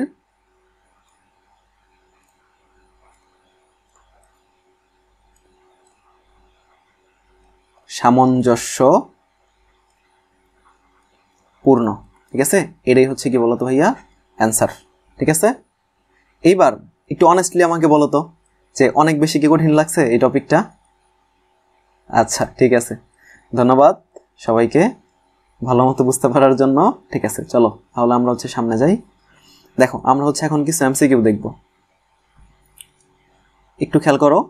দেখো শুরুতেই যে কি বলছিলাম যে সবুজ রসায়নের মূলনীতি, এটা কিন্তু খুবই খুবই গুরুত্বপূর্ণ। কয়টা বলো তো, 10টা, 12টা, 14টা নাকি 16টা, কি মনে হয় কয়টা বলো তো, 10টা, 12টা নাকি 14টা নাকি 16টা, কয়টা বলো, হ্যাঁ 12টা, কিছুক্ষণ আগে বলে আসছি, অনেকবার বলছি, কয়টা বলো তো 12টা। এরপর দেখো কি আছে, গ্রিন কেমিস্ট্রির সূচনা কত সালে হয়েছিল, হ্যাঁ কত সালে সূচনা হয়েছিল মনে আছে, তোমরা যদি তোমাদের বইয়ে একদম শুরুতে ওই গ্রিন কেমিস্ট্রির যে একটু আলোচনা আছে ওটা যদি একটু পড়ো, ওইখানে দেখবা সালগুলো লেখা আছে, হ্যাঁ। তো কত সালে হয়েছিল বলো তো, 1991 সালে, ঠিক আছে, 90, 91 এগুলো কিন্তু, 1891 এগুলো কিন্তু না, ঠিক আছে, কত সালে, 1991 সালে। এখন লাস্ট কোশ্চেনটা কি, গ্রিন কেমিস্ট্রির অধিক তাৎপর্যপূর্ণ নীতি কি বলছে বলো তো, অধিক তাৎপর্যপূর্ণ নীতি কোনটা, ঠিক আছে, অধিক তাৎপর্যপূর্ণ নীতি কোনটা, কি কি আছে বলো তো, প্রভাবকের ব্যবহার এটাও একটা নীতি, তারপর হচ্ছে নিরাপদ দ্রাবক ব্যবহার এটাও কিন্তু একটা নীতি, তারপরে সর্বোত্তম অ্যাটম ইকোনমির ব্যবহার এটাও কিন্তু একটা নীতি, তারপরে দুর্ঘটনার যে প্রতিরোধ এটাও কিন্তু একটা নীতি। কিন্তু 4টা নীতি থাকার পরেও সব থেকে অধিক তাৎপর্যপূর্ণ এই 4টার মধ্যে কোনটা, মানে এইখানে যেগুলো আছে কোনটা বলো তো। আচ্ছা তোমাদের একটু বুঝছো হিন্টস দেই, দেখো আমরা হচ্ছে ম্যাথ করলাম কোন টপিকে বলো তো, তারপরে হচ্ছে গ্রিন কেমিস্ট্রি কে বেশি তোমার হচ্ছে সামঞ্জস্যপূর্ণ গ্রিন কেমিস্ট্রির সাথে, সেটা কিভাবে বের করলাম, কিভাবে বের করলাম বলো তো, অ্যাটম ইকোনমির মান বের করলাম না বলো তো, কোনটা বের করলাম, এই যে অ্যাটম ইকোনমির যে মান এটা বের করে দিতে করলাম, যে এটার মান যেটা বেশি হইতো ওইটা হচ্ছে বেশি গ্রিনার বা ওইটার গ্রিন কেমিস্ট্রির সাথে বেশি সম্পর্কযুক্ত। তার মানে কোনটা বলো তো, অধিক তাৎপর্যপূর্ণ কোনটা, কি মনে হইতেছে, হ্যাঁ সর্বোত্তম অ্যাটম ইকোনমি, ঠিক আছে। এই যে অ্যাটম ইকোনমি যে টপিকটা আছে এটা খুবই খুবই গুরুত্বপূর্ণ এই অধ্যায়ে, ঠিক আছে। ওকে তাহলে চলো আমরা সামনে যাই। এবার হচ্ছে আমরা কি পড়বো, বিক্রিয়ার হার। ঠিক আছে, তো বিক্রিয়ার হারকে আমরা কি দ্বারা প্রকাশ করি বলো তো ভাইয়া? বিক্রিয়ার হারকে আমরা কি দ্বারা প্রকাশ করি? বিক্রিয়ার হারকে আমরা হচ্ছে স্মল আর দ্বারা প্রকাশ করি। ঠিক আছে, ধরো তোমাকে যদি এই জিনিসটা দেখো, আমরা দেখবো যে বিক্রিয়ার হার কাকে বলে। তো হার কাকে বলার জন্য আমরা কি করব, বিক্রিয়ার হারের সূত্রটা আমরা আগে বুঝবো। ঠিক আছে, তুমি যদি বিক্রিয়ার হারের সূত্রটা পারো অবশ্যই সংজ্ঞাটা পারবা। আর আমার কাছে পার্সোনালি একটা জিনিস মনে হয়, আমরা যদি সূত্রটা ভালো মতো পারি, বুঝছো, সূত্রর গুরুত্ব অনেক বেশি। আর সূত্র কখনো মুখস্থ করবা না সরাসরি, অবশ্যই সূত্রটা বুঝে বুঝে পড়ার চেষ্টা করবা। তুমি যদি শুধুমাত্র কি পারো, দেখো তোমাকে এই জিনিসটা একটু লিখেই দেখাই। তুমি যদি শুধুমাত্র সূত্রটা পারো, কি পারো, সূত্রটা পারো, তুমি যদি সূত্র পারো তাহলে তুমি কি পারবা বলো তো, সংজ্ঞা পারবা।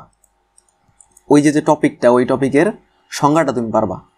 তারপরে কি পারবা, যে ওই সূত্র থেকে তুমি ম্যাথ করতে পারবা। ঠিক আছে, ওই সূত্র থেকে কি করতে পারবা, ম্যাথ করতে পারবা। তারপর সূত্রের ব্যাখ্যাটা তুমি পারবা, বা কিভাবে ওইটা কাজ করে ওই ব্যাখ্যাটা তুমি পারবা। এরপর তুমি কি পারবা বলো তো, ওই যে তুমি ম্যাথটা করছো, ওই ম্যাথে তো অবশ্যই যদি একটা তোমার হচ্ছে ধরো এখানে কি ছিল, বিক্রিয়ার হার, ওটার তো অবশ্যই একটা একক থাকবে, বা বিক্রিয়ার হার ধ্রুবক, ওইটারও একটা একক থাকবে। তাহলে তুমি সূত্র যদি ভালো মতো পারো, সংজ্ঞা পারবা, ম্যাথ পারবা, সূত্রের ব্যাখ্যা পারবা, তারপর হচ্ছে একক বের করতে পারবা, যে আসলে সূত্রের এককটা কি ছিল বা কি হবে সেটা বের করতে পারবা। তারপরে তুমি কি পারবা বলো তো, মাত্রাও কিন্তু বের করতে পারবা, হোক সেটা ফিজিক্স অথবা সেটা হোক কেমিস্ট্রি। ঠিক আছে, ফিজিক্স, কেমিস্ট্রি বা ম্যাথমেটিক্স। ঠিক আছে, তুমি যদি শুধুমাত্র সূত্রটা ভালো মতো পারো ভাইয়া, বুঝছো, তুমি শুধুমাত্র যদি সূত্রটা একটু অবশ্যই মুখস্থ করবা না সরাসরি, অবশ্যই কি করবা, বুঝে পড়বা। ঠিক আছে, আগে বুঝে পড়বা, তারপরে তুমি যে সূত্রটা মুখস্থ রাখবা। প্রতিদিন দরকার হইলে 6-7 বার করে লিখবা। ঠিক আছে, 5-6 বার করে কি করবা, লিখবা। বুঝতে পারছো, 5-6 বার করে লিখবা।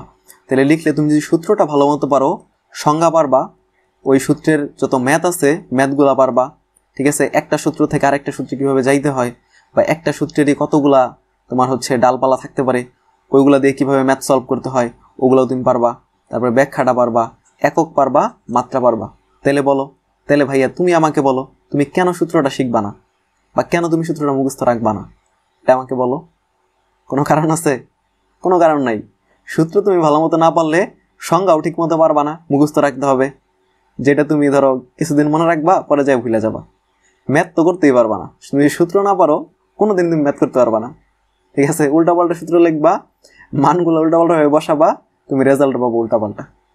তারপরে এককও তোমার মুখস্থ রাখতে হবে। এখন তুমি কয়টা একক মুখস্থ রাখবা বলো তো, কয়টা একক মুখস্থ রাখবা? তারপরে মাত্রা, এটাও তুমি ফিজিক্সের ক্ষেত্রে মাত্রা অনেক বেশি কাজে লাগে। তো মাত্রা তুমি যখন বের করবা, তখন সূত্র যদি তুমি ঠিক মতো না জানো, কয়টা এলিমেন্টের মাত্রা তুমি মুখস্থ রাখবা? ধরো বলের মাত্রা তুমি মুখস্থ রাখলা, কাজের মাত্রা তুমি কিভাবে মুখস্থ রাখবা, তারপরে গতিশক্তির মাত্রা কেমন মুখস্থ রাখবা, তারপরে তোমার হচ্ছে ভরবেগের মাত্রা কেমন মুখস্থ রাখবা, এগুলো তো মুখস্থ রাখার বিষয় না রে ভাই। এই সূত্র হচ্ছে মেইনলি, সূত্রটা হচ্ছে বুঝার বিষয়। আর বুঝার পরে তারপরে কয়েকবার লিখলেই ওটা তোমার মোটামুটি আত্মস্থ হয়ে যাবে, তখন ওটা তোমার মনে থাকবে, বা ওটা তুমি মুখস্থ রাখতে পারবা। ঠিক আছে, বাট এই যে একক, মাত্রা, এগুলো কিন্তু ভাই কোনোদিনই মুখস্থ করার মতো কিছু না। দু একটা এলিমেন্ট আছে যেটা মুখস্থ করতে হয়, বাট ম্যাক্সিমামগুলাই মুখস্থ রাখার জন্য না। এগুলো হচ্ছে বুঝা সূত্র থেকে বের করার জিনিস, যে কত কম সময়ের মধ্যে তুমি একক আর মাত্রাগুলো বের করতে পারতেছো।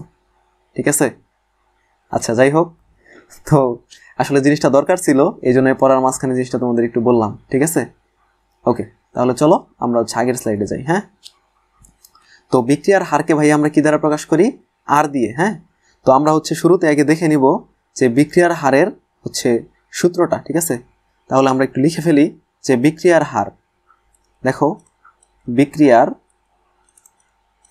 হার। ঠিক আছে, এই বিক্রিয়ার হার আর, এটা সমান কি বলতো, এই বিক্রিয়ার হার আর সমান হচ্ছে বিক্রিয়ক বা উৎপাতের, কি বলবো, বিক্রিয়ক বা উৎপাদের ঘনমাত্রার পরিবর্তন। এটা থাকবে উপরে, আর নিচে থাকবে কি, ওই বিক্রিয়ায়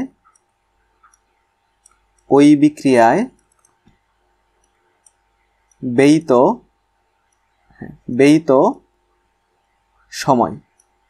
কি বললাম ভাইয়া, যে বিক্রিয়ার হার আর সমান কি বিক্রিয়ক বা উৎপাতের ঘনমাত্রার পরিবর্তন ভাগ হচ্ছে কি ওই বিক্রিয়ায় ব্যয়িত সময়।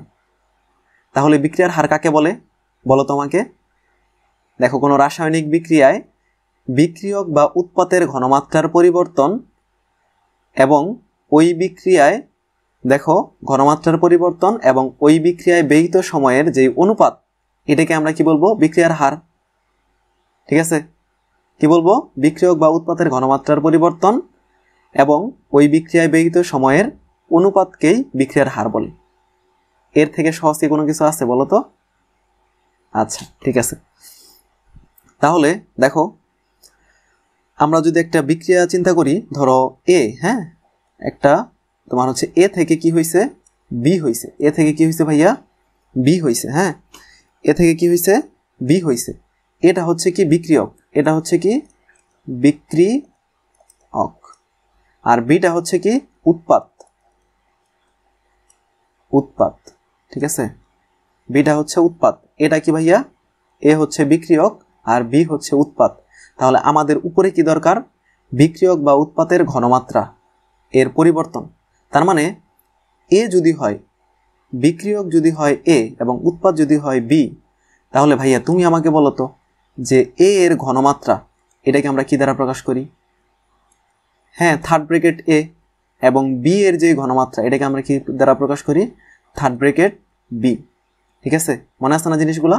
যে এ এর ঘনমাত্রাকে প্রকাশ করি থার্ড ব্র্যাকেট এ, বি এর ঘনমাত্রাকে প্রকাশ করি থার্ড ব্র্যাকেট বি দ্বারা। এইবার আমাকে বলো তো ভাইয়া, যে তোমার হচ্ছে এই যে এর ঘনমাত্রা, এটা কি রাসায়নিক বিক্রিয়াগুলো কি দেখো পরিবর্তন কিভাবে তুমি প্রকাশ করবা? ঘনমাত্রার পরিবর্তন বলছে না? এই যে পরিবর্তনটাকে আমরা কি দ্বারা প্রকাশ করি? হ্যাঁ, পরিবর্তনকে আমরা কি দ্বারা প্রকাশ করি? এই পাশে খেয়াল করো, নর্মালি আমরা ডেল দ্বারা প্রকাশ করি, অথবা ডি দ্বারা প্রকাশ করি, অথবা ডেল্টা দ্বারা প্রকাশ করি। তাহলে আমরা এখানে এই তিনটার মধ্যে কোনটা লিখবো? এই যে ডি দেখতেছো, আমরা এখানে কি লিখবো বলো তো? ডি দ্বারা প্রকাশ করবো। তার মানে ঘনমাত্রার পরিবর্তনকে আমরা কি দ্বারা লিখবো? D A. তাহলে এর ঘনমাত্রার পরিবর্তন কি? D A. বি এর ঘনমাত্রার পরিবর্তন কি বলতো? ডিবি। আর বিটা অবশ্যই থার্ড ব্র্যাকেটে। ঠিক আছে, তাহলে এ এর ঘনমাত্রার পরিবর্তন কি?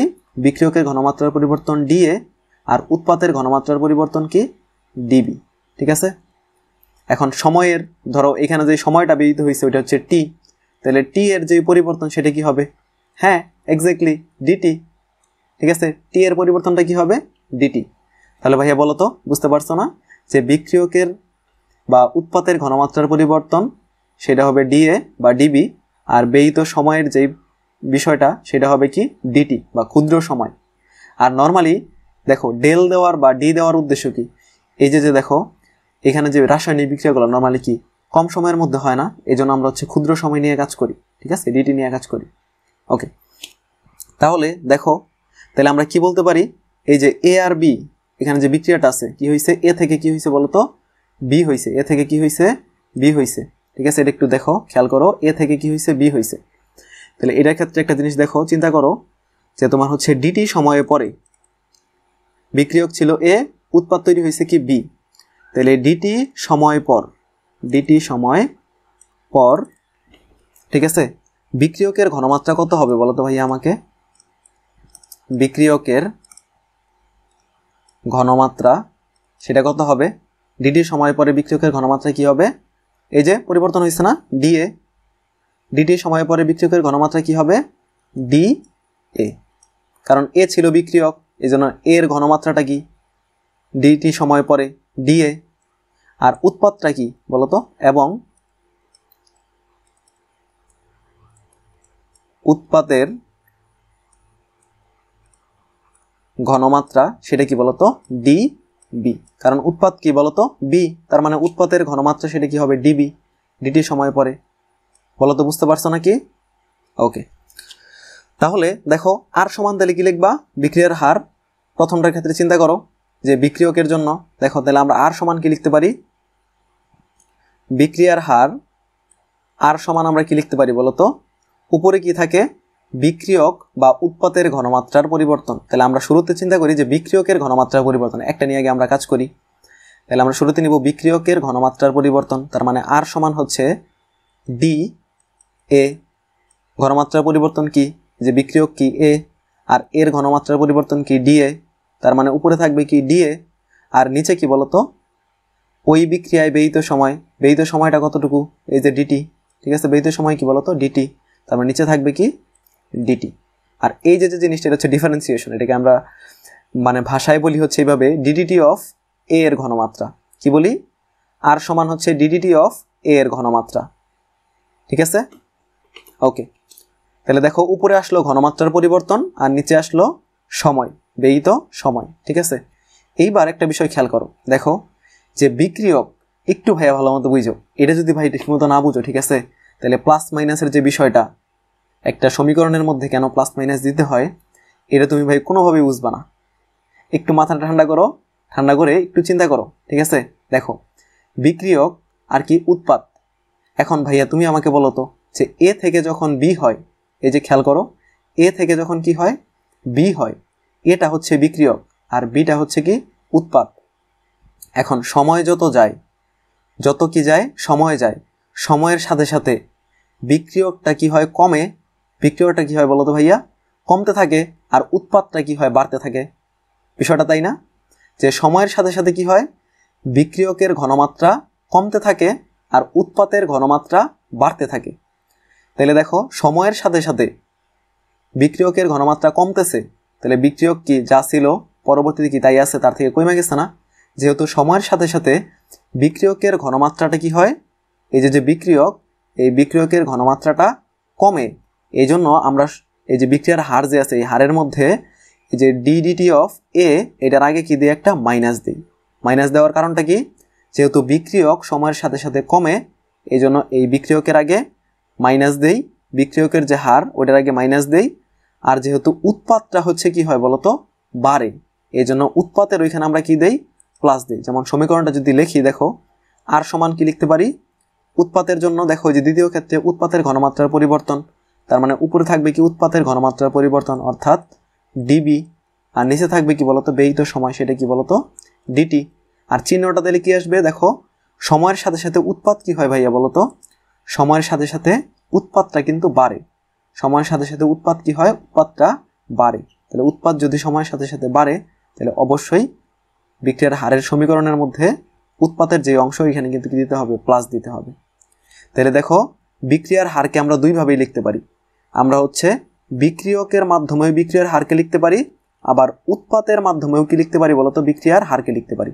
অর্থাৎ আর সমান তোমার হচ্ছে মাইনাস ডিডিটি অফ এ এর ঘনমাত্রা, এটাও বলতে পারি, আবার আর সমান প্লাস ডিডিটি অফ বি এর ঘনমাত্রা, এটাও বলতে পারি, ঠিক আছে।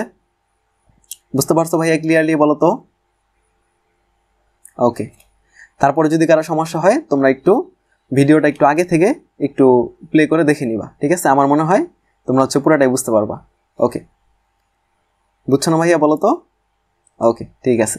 তাহলে দেখো আর সমান যেহেতু আমরা বিক্রিয়কের যে ঘনমাত্রার পরিবর্তন এটাকেও বলতে পারতেছি, এটার মাধ্যমেও, আবার উৎপাদের ঘনমাত্রার পরিবর্তন সময়ের সাপেক্ষে এটাকেও বলতে পারতেছি।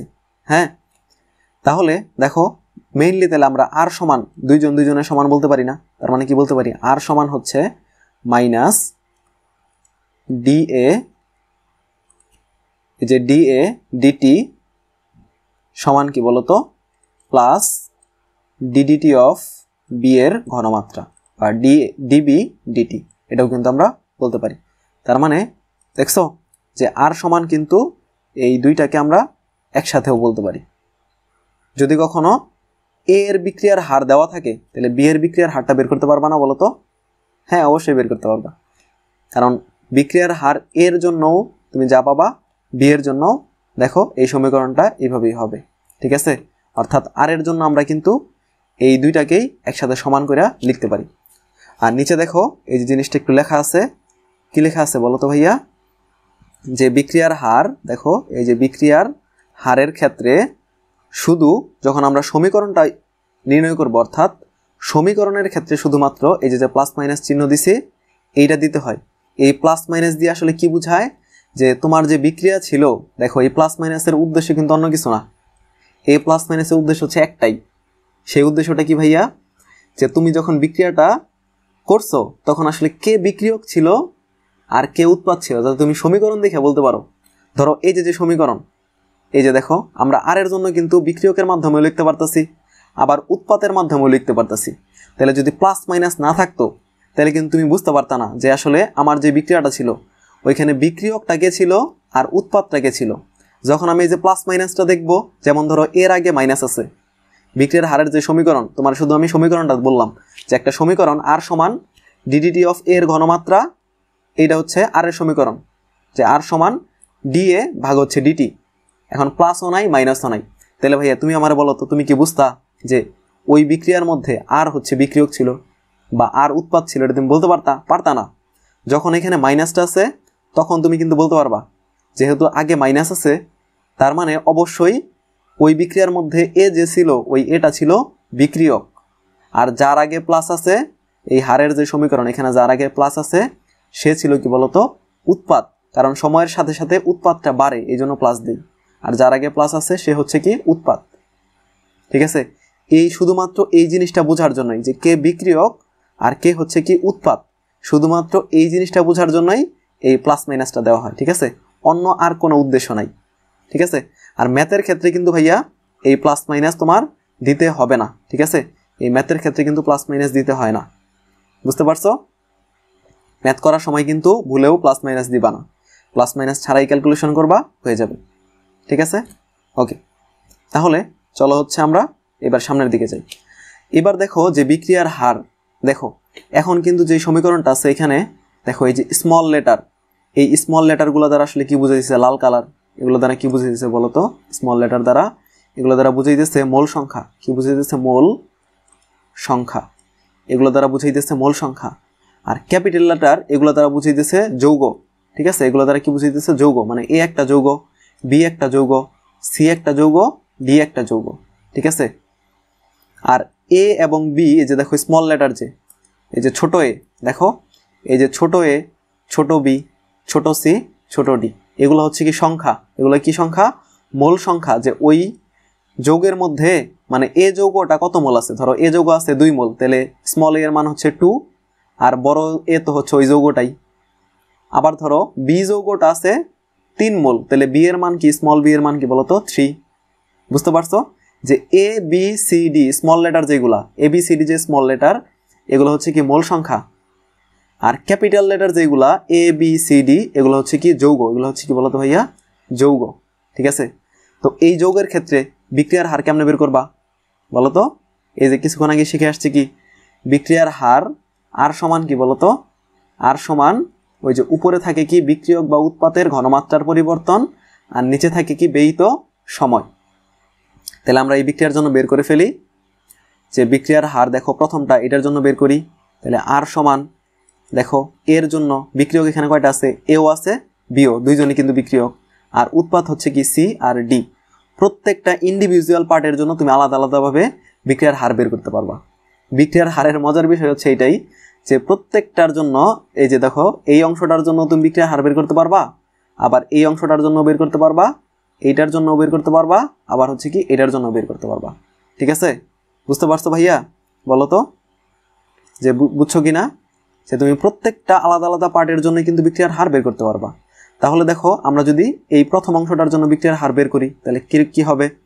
দেখো আর সমান কি ওই যে এ এর ঘনমাত্রা, ঠিক আছে, ডি এ ভাগ কি বলতো? ওই যে ব্যয়িত সময় ডিটি। ঠিক আছে, তার মানে ডিডিটি অফ এর ঘনমাত্রা। আর এই যে দেখো স্মল লেটারটা যে আছে না, স্মল লেটার, এটা কি হবে বলতো? এটা কিন্তু 1/, আকারে চলে আসবে। কি আসবে? 1/, আকারে চলে আসবে। কি আসবে বলতো? 1/, আকারে। এই যে মোল সংখ্যা এটা শুধু ভাগ হয়ে যাবে, এটা শুধু কি হবে? ভাগ হয়ে যাবে। সূত্রই হচ্ছে এইটা, এই মোল সংখ্যাটা নিচে চলে আসবে।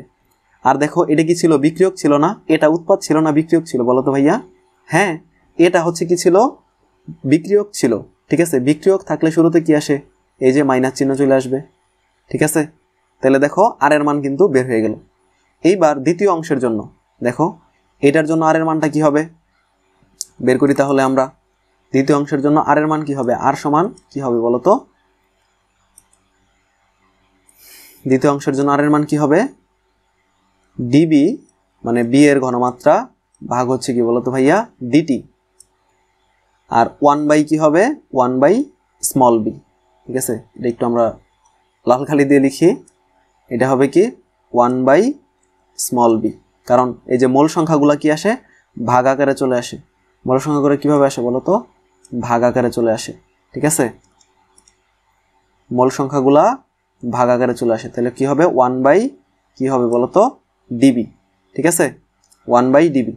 আর শুরুতে একটা কি আসবে বলতো, মাইনাস চিহ্ন চলে আসবে। কি আসবে, মাইনাস চিহ্ন। কেন মাইনাস আসবে, কারণ এই বিটা হচ্ছে কি বিক্রিয়ক, আর বিক্রিয়কের আগে কি আসে, মাইনাস আসে। আচ্ছা, তাহলে দেখো পরেরটা, এই যে সি এর জন্য, এই সি যৌগের জন্য বের করি আমরা। সি এর জন্য বিক্রিয়ার হার কি হবে, সিটা কি বলতো উৎপাদ, তাহলে শুরুতে কি দিব প্লাস।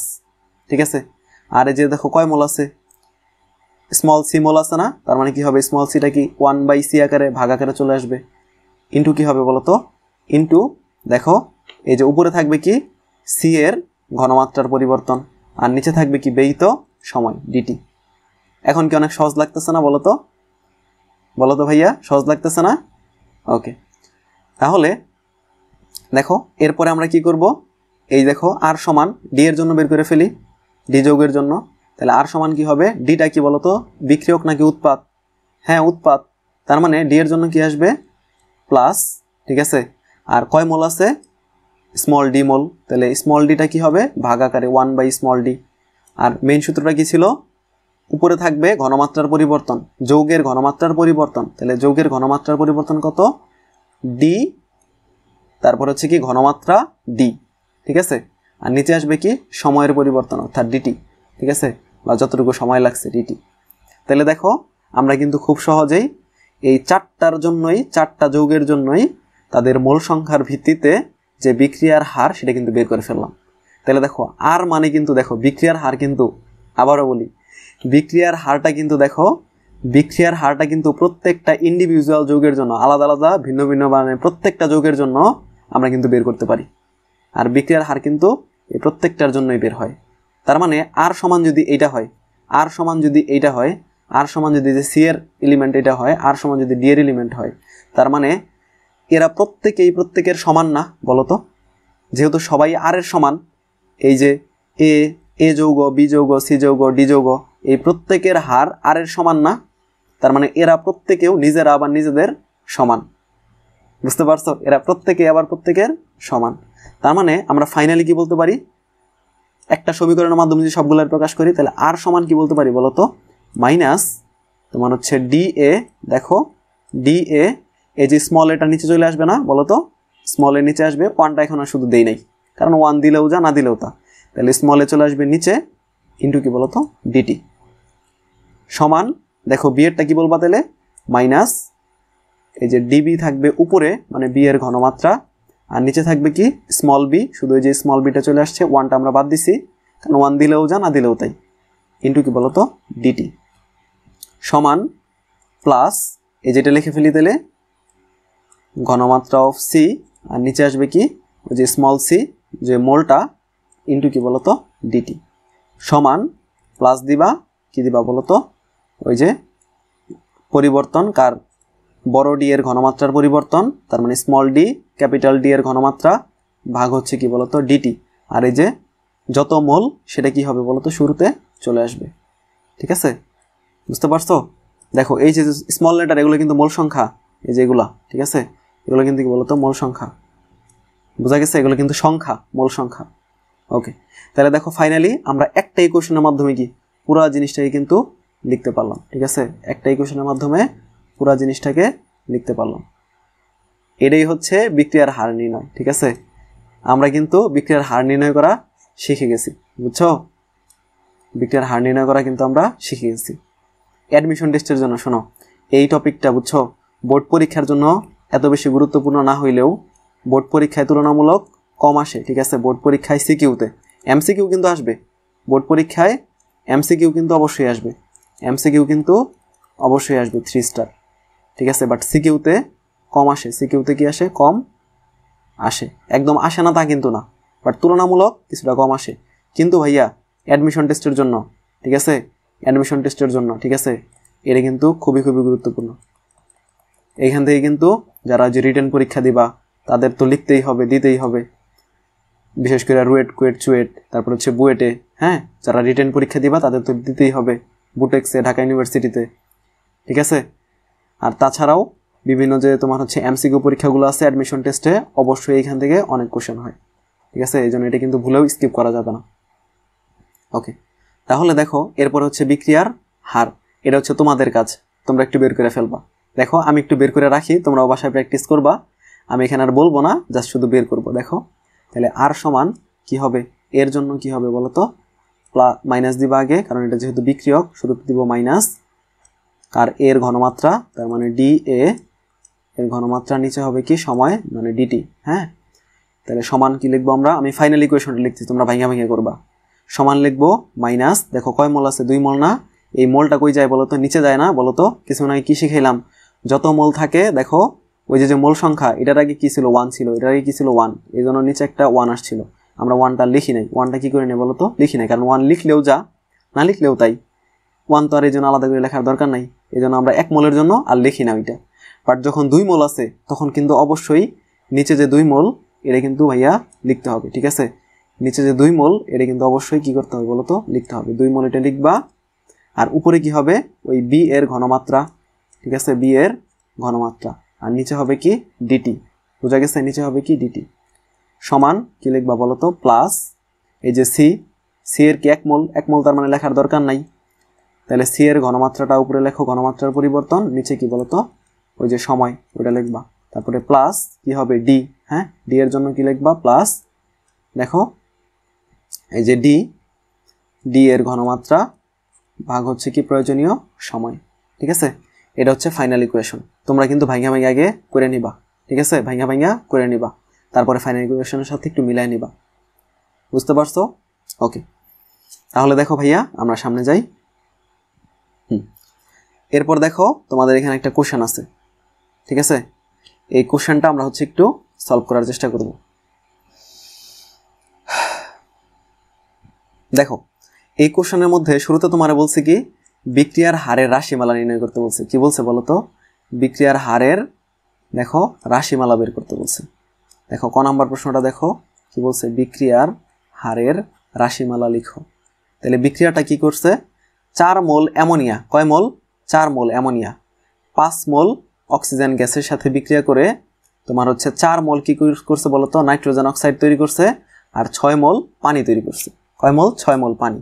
তাহলে বিক্রিয়ার হারটা কি হবে বলতো, এই যে অ্যামোনিয়ার জন্য কি হবে, দেখো প্রথমটার জন্য কি হবে, আর সমান কি হবে, শুরুতে কি দিবা, দেখো এটা কি বিক্রিয়ক না উৎপাদ, বিক্রিয়ক, তার মানে শুরুতে আমরা কি দিব, মাইনাস দিব, হ্যাঁ। আর কি আছে কয় মোল, 4 মোল, তাহলে 4টা কই আসবে নিচে না, ওই যে মোল যেটা থাকে মোল সংখ্যা ওটা কই আসে ভাগ আকারে, তার মানে নিচে আসবে কি, আগে দাগটা দিয়ে নিবা, নিচে আসবে 4, ঠিক আছে, এই যে 4, এই যে দেখো 4, এই 4টা আসবে কোথায়, নিচে। আর কি আছে অ্যামোনিয়া, তার মানে উপরে থাকবে কি অ্যামোনিয়ার ঘনমাত্রা, ওই যে বলছিলাম না যে যৌগের ঘনমাত্রা, তার মানে ডি অ্যামোনিয়া, ঘনমাত্রার পরিবর্তন, ডি অ্যামোনিয়া এর ঘনমাত্রা, ঠিক আছে, ঘনমাত্রার পরিবর্তন। আর নিচে হবে কি ওই যে প্রয়োজনীয় সময়, ঠিক আছে, ডিটি, বুঝতে পারছো? এটা হচ্ছে অ্যামোনিয়ারটা বের করলাম। তারপর দেখো এরপরে কি আছে, অক্সিজেন, হ্যাঁ। তাহলে দেখো আর সমান, তাহলে আমরা কি লিখবো, আর সমান কি লিখবো, অক্সিজেন কয় মোল আছে, 5 মোল, কয় মোল আছে বলো তো ভাইয়া, 5 মোল। তাহলে 5 মোল থাকলে কি হবে 1/5, আচ্ছা 1টা আমরা লিখবো না, আর এটা কি বিক্রিয়ক না বলো তো, এই জন্য শুরুতে একটা মাইনাস দিবা, তাহলে আমরা লিখবো ভাগ চিহ্ন দিব, তারপর দিব নিচে হচ্ছে 5, আর উপরে আসবে কি ওই যে ডি, আর কার ঘনমাত্রা, অক্সিজেনের ঘনমাত্রা, তার মানে কি O2 এর ঘনমাত্রা, আর নিচে হবে কি বলতো ডিটি। তারপর দেখো এরপর আরেকটার জন্য আর কেমনে বের করবা, আর সমান কি হবে বলতো, কয় মোল আছে, 4 মোল, আর এটা কি উৎপাদ না, উৎপাদ আর আগে হবে প্লাস, তার মানে নিচে হবে 4, আর উপরে হবে দেখো এই যে নাইট্রোজেন অক্সাইডের ঘনমাত্রা, আর নিচে হবে কি বেইত সময়টা, অর্থাৎ যে ডিটি।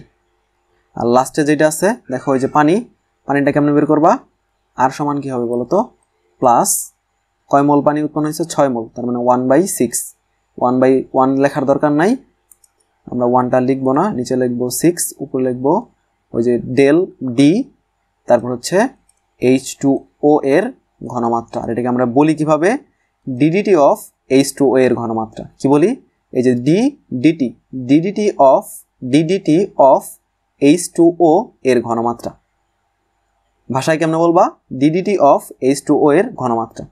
তাহলে ভাইয়া দেখো তো আমরা হচ্ছে ফাইনালি কি লিখতে পারতেছি, একটা সমীকরণের মাধ্যমে যদি লিখতে চাই কি লিখতে পারতেছে বলো তো, আর সমান মাইনাস ডি অ্যামোনিয়ার ঘনমাত্রা, আর এখানে হচ্ছে 4 ডিডিটি অফ অ্যামোনিয়ার ঘনমাত্রা। ঠিক আছে, ডিডিটি অফ অ্যামোনিয়ার ঘনমাত্রা সমান কি লিখতে পারতেছি, মাইনাস তোমার হচ্ছে অক্সিজেনের ঘনমাত্রা আর 5, তার মানে কি ডিডিটি অফ অক্সিজেনের ঘনমাত্রা। ঠিক আছে, সমান কি লিখতে পারতেছি বলো তো, এই যে এটা দেখো নিচে হবে কি 4 মোল, আর চিহ্ন আসবে কি বলতো প্লাস, আর ডিডিটি অফ কি বলতো নাইট্রোজেন অক্সাইডের ঘনমাত্রা। ঠিক আছে, ডিডিটি অফ নাইট্রোজেন অক্সাইডের ঘনমাত্রা সমান কি হবে প্লাস, নিচে আসবে হচ্ছে 6, আর কি হবে ডিটি অফ পানি এর ঘনমাত্রা, মানে H2O এর ঘনমাত্রা। এইটাই কিন্তু কি বলতো ফাইনাল ইকুয়েশন। এই যে ইকুয়েশনটা পাইলাম এটা কি ভাইয়া বলতো, এই যে ইকুয়েশনটা পাইলাম এটাই হচ্ছে কি ভাইয়া বলতো ফাইনাল ইকুয়েশন। ঠিক আছে, এই ইকুয়েশনটাই হচ্ছে কি ফাইনাল ইকুয়েশন। এখন এখান থেকে তোমার একটা জিনিস বুঝাই দিই, দেখো এখান থেকে তোমাকে একটা জিনিস বুঝাই বলি। ধরো কখনো হচ্ছে তোমার কি দেওয়া আছে, অ্যামোনিয়ার বিক্রিয়ার হার বললো, কি বললো, অ্যামোনিয়ার বিক্রিয়ার হার তোমাকে দিয়ে দিছে, তোমাকে বলতেছে যে অক্সিজেনের বিক্রিয়ার হার বের করো বা পানির বিক্রিয়ার হার বের করো। ঠিক আছে, পানির বিক্রিয়ার হার বের করো। এখন বিক্রিয়ার হার দেখো, এই বিক্রিয়ার জন্য মোলগুলা কি 4 মোল 5 মোল, তারপরে 4 মোল 6 মোল উৎপন্ন হয়েছে, বিক্রিয়কে ছিল 4 মোল 5 মোল, আবার উৎপাদন তৈরি হয়েছে 4 মোল 6 মোল। এখন সব বিক্রিয়াতে এই 4 5 4 6 এই যে অনুপাত এটা কি সমান থাকবে বলতো? অবশ্যই থাকবে না, এক এক বিক্রিয়ার জন্য এক এক রকম হবে বিষয়টা, তাই না, যে এক এক বিক্রিয়ার জন্য এক এক রকম হবে। তাহলে এক এক বিক্রিয়ার জন্য যদি এক এক রকম হয়, তাহলে অ্যামোনিয়া উৎপাদনের হার শুধুমাত্র দেখো, শুধুমাত্র অ্যামোনিয়া উৎপাদনের হার কোনটা বলতো, এই বিক্রিয়ার জন্য কিন্তু সম্পূর্ণটা। বাট তোমাকে যদি কখনো বলে শুধুমাত্র অ্যামোনিয়া উৎপাদনের হার, তোমার বলে নাই যে এই বিক্রিয়ায় বা হচ্ছে অন্য কোনো কিছু, তোমার বলছে শুধু অ্যামোনিয়া উৎপাদনের হার। তার মানে অ্যামোনিয়া উৎপাদনের হার কোনটুকু, এই যে দেখো এই যে ডিডিটি অফ অ্যামোনিয়ার ঘনমাত্রা, কি বললাম, ডিটি অফ অ্যামোনিয়ার ঘনমাত্রা, ডিটি অফ অ্যামোনিয়ার ঘনমাত্রা। এই যে অংশটা আমি যেটা সবুজ কালার দিয়ে মার্ক করছি, এই অংশটাই হচ্ছে অ্যামোনিয়ার ঘনমাত্রা, সরি অ্যামোনিয়ার বিক্রিয়ার হার, ডিডিটি অফ অ্যামোনিয়ার ঘনমাত্রা। এই অংশটাই হচ্ছে অ্যামোনিয়ার বিক্রিয়ার হার কোনো একটা মুহূর্তে। ঠিক আছে, কোনো একটা মুহূর্তে অ্যামোনিয়ার বিক্রিয়ার হার। আর এই বিক্রিয়ায় যেহেতু 4 মোল হয়েছে এই জন্য আমরা কি করছি 4টা দিছি, বুঝছো। আর মাইনাস আসছে কেন, ওই যে ও যেহেতু বিক্রিয়ক এই জন্য মাইনাস আসছে।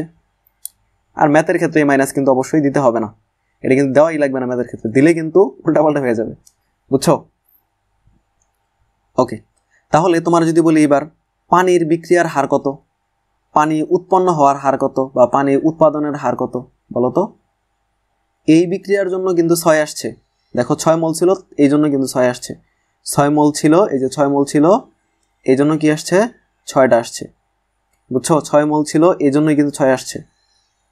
ঠিক আছে, বাট শুধুমাত্র পানির উৎপাদনের হার কত বলো তো, এই যে ডিডিটি অফ H2O, এই অংশটুকু পানি উৎপাদনের হার।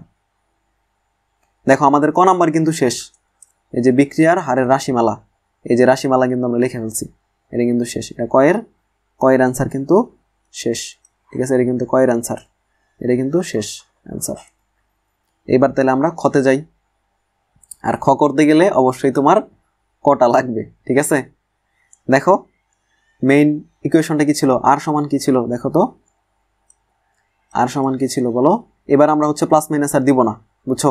প্লাস মাইনাস কেন দেই, যে আমরা হচ্ছে দেখো সমীকরণ দেখে যাতে বুঝতে পারি যে ওই বিক্রিয়াতে কে বিক্রিয়ক ছিল কে উৎপাদ ছিল।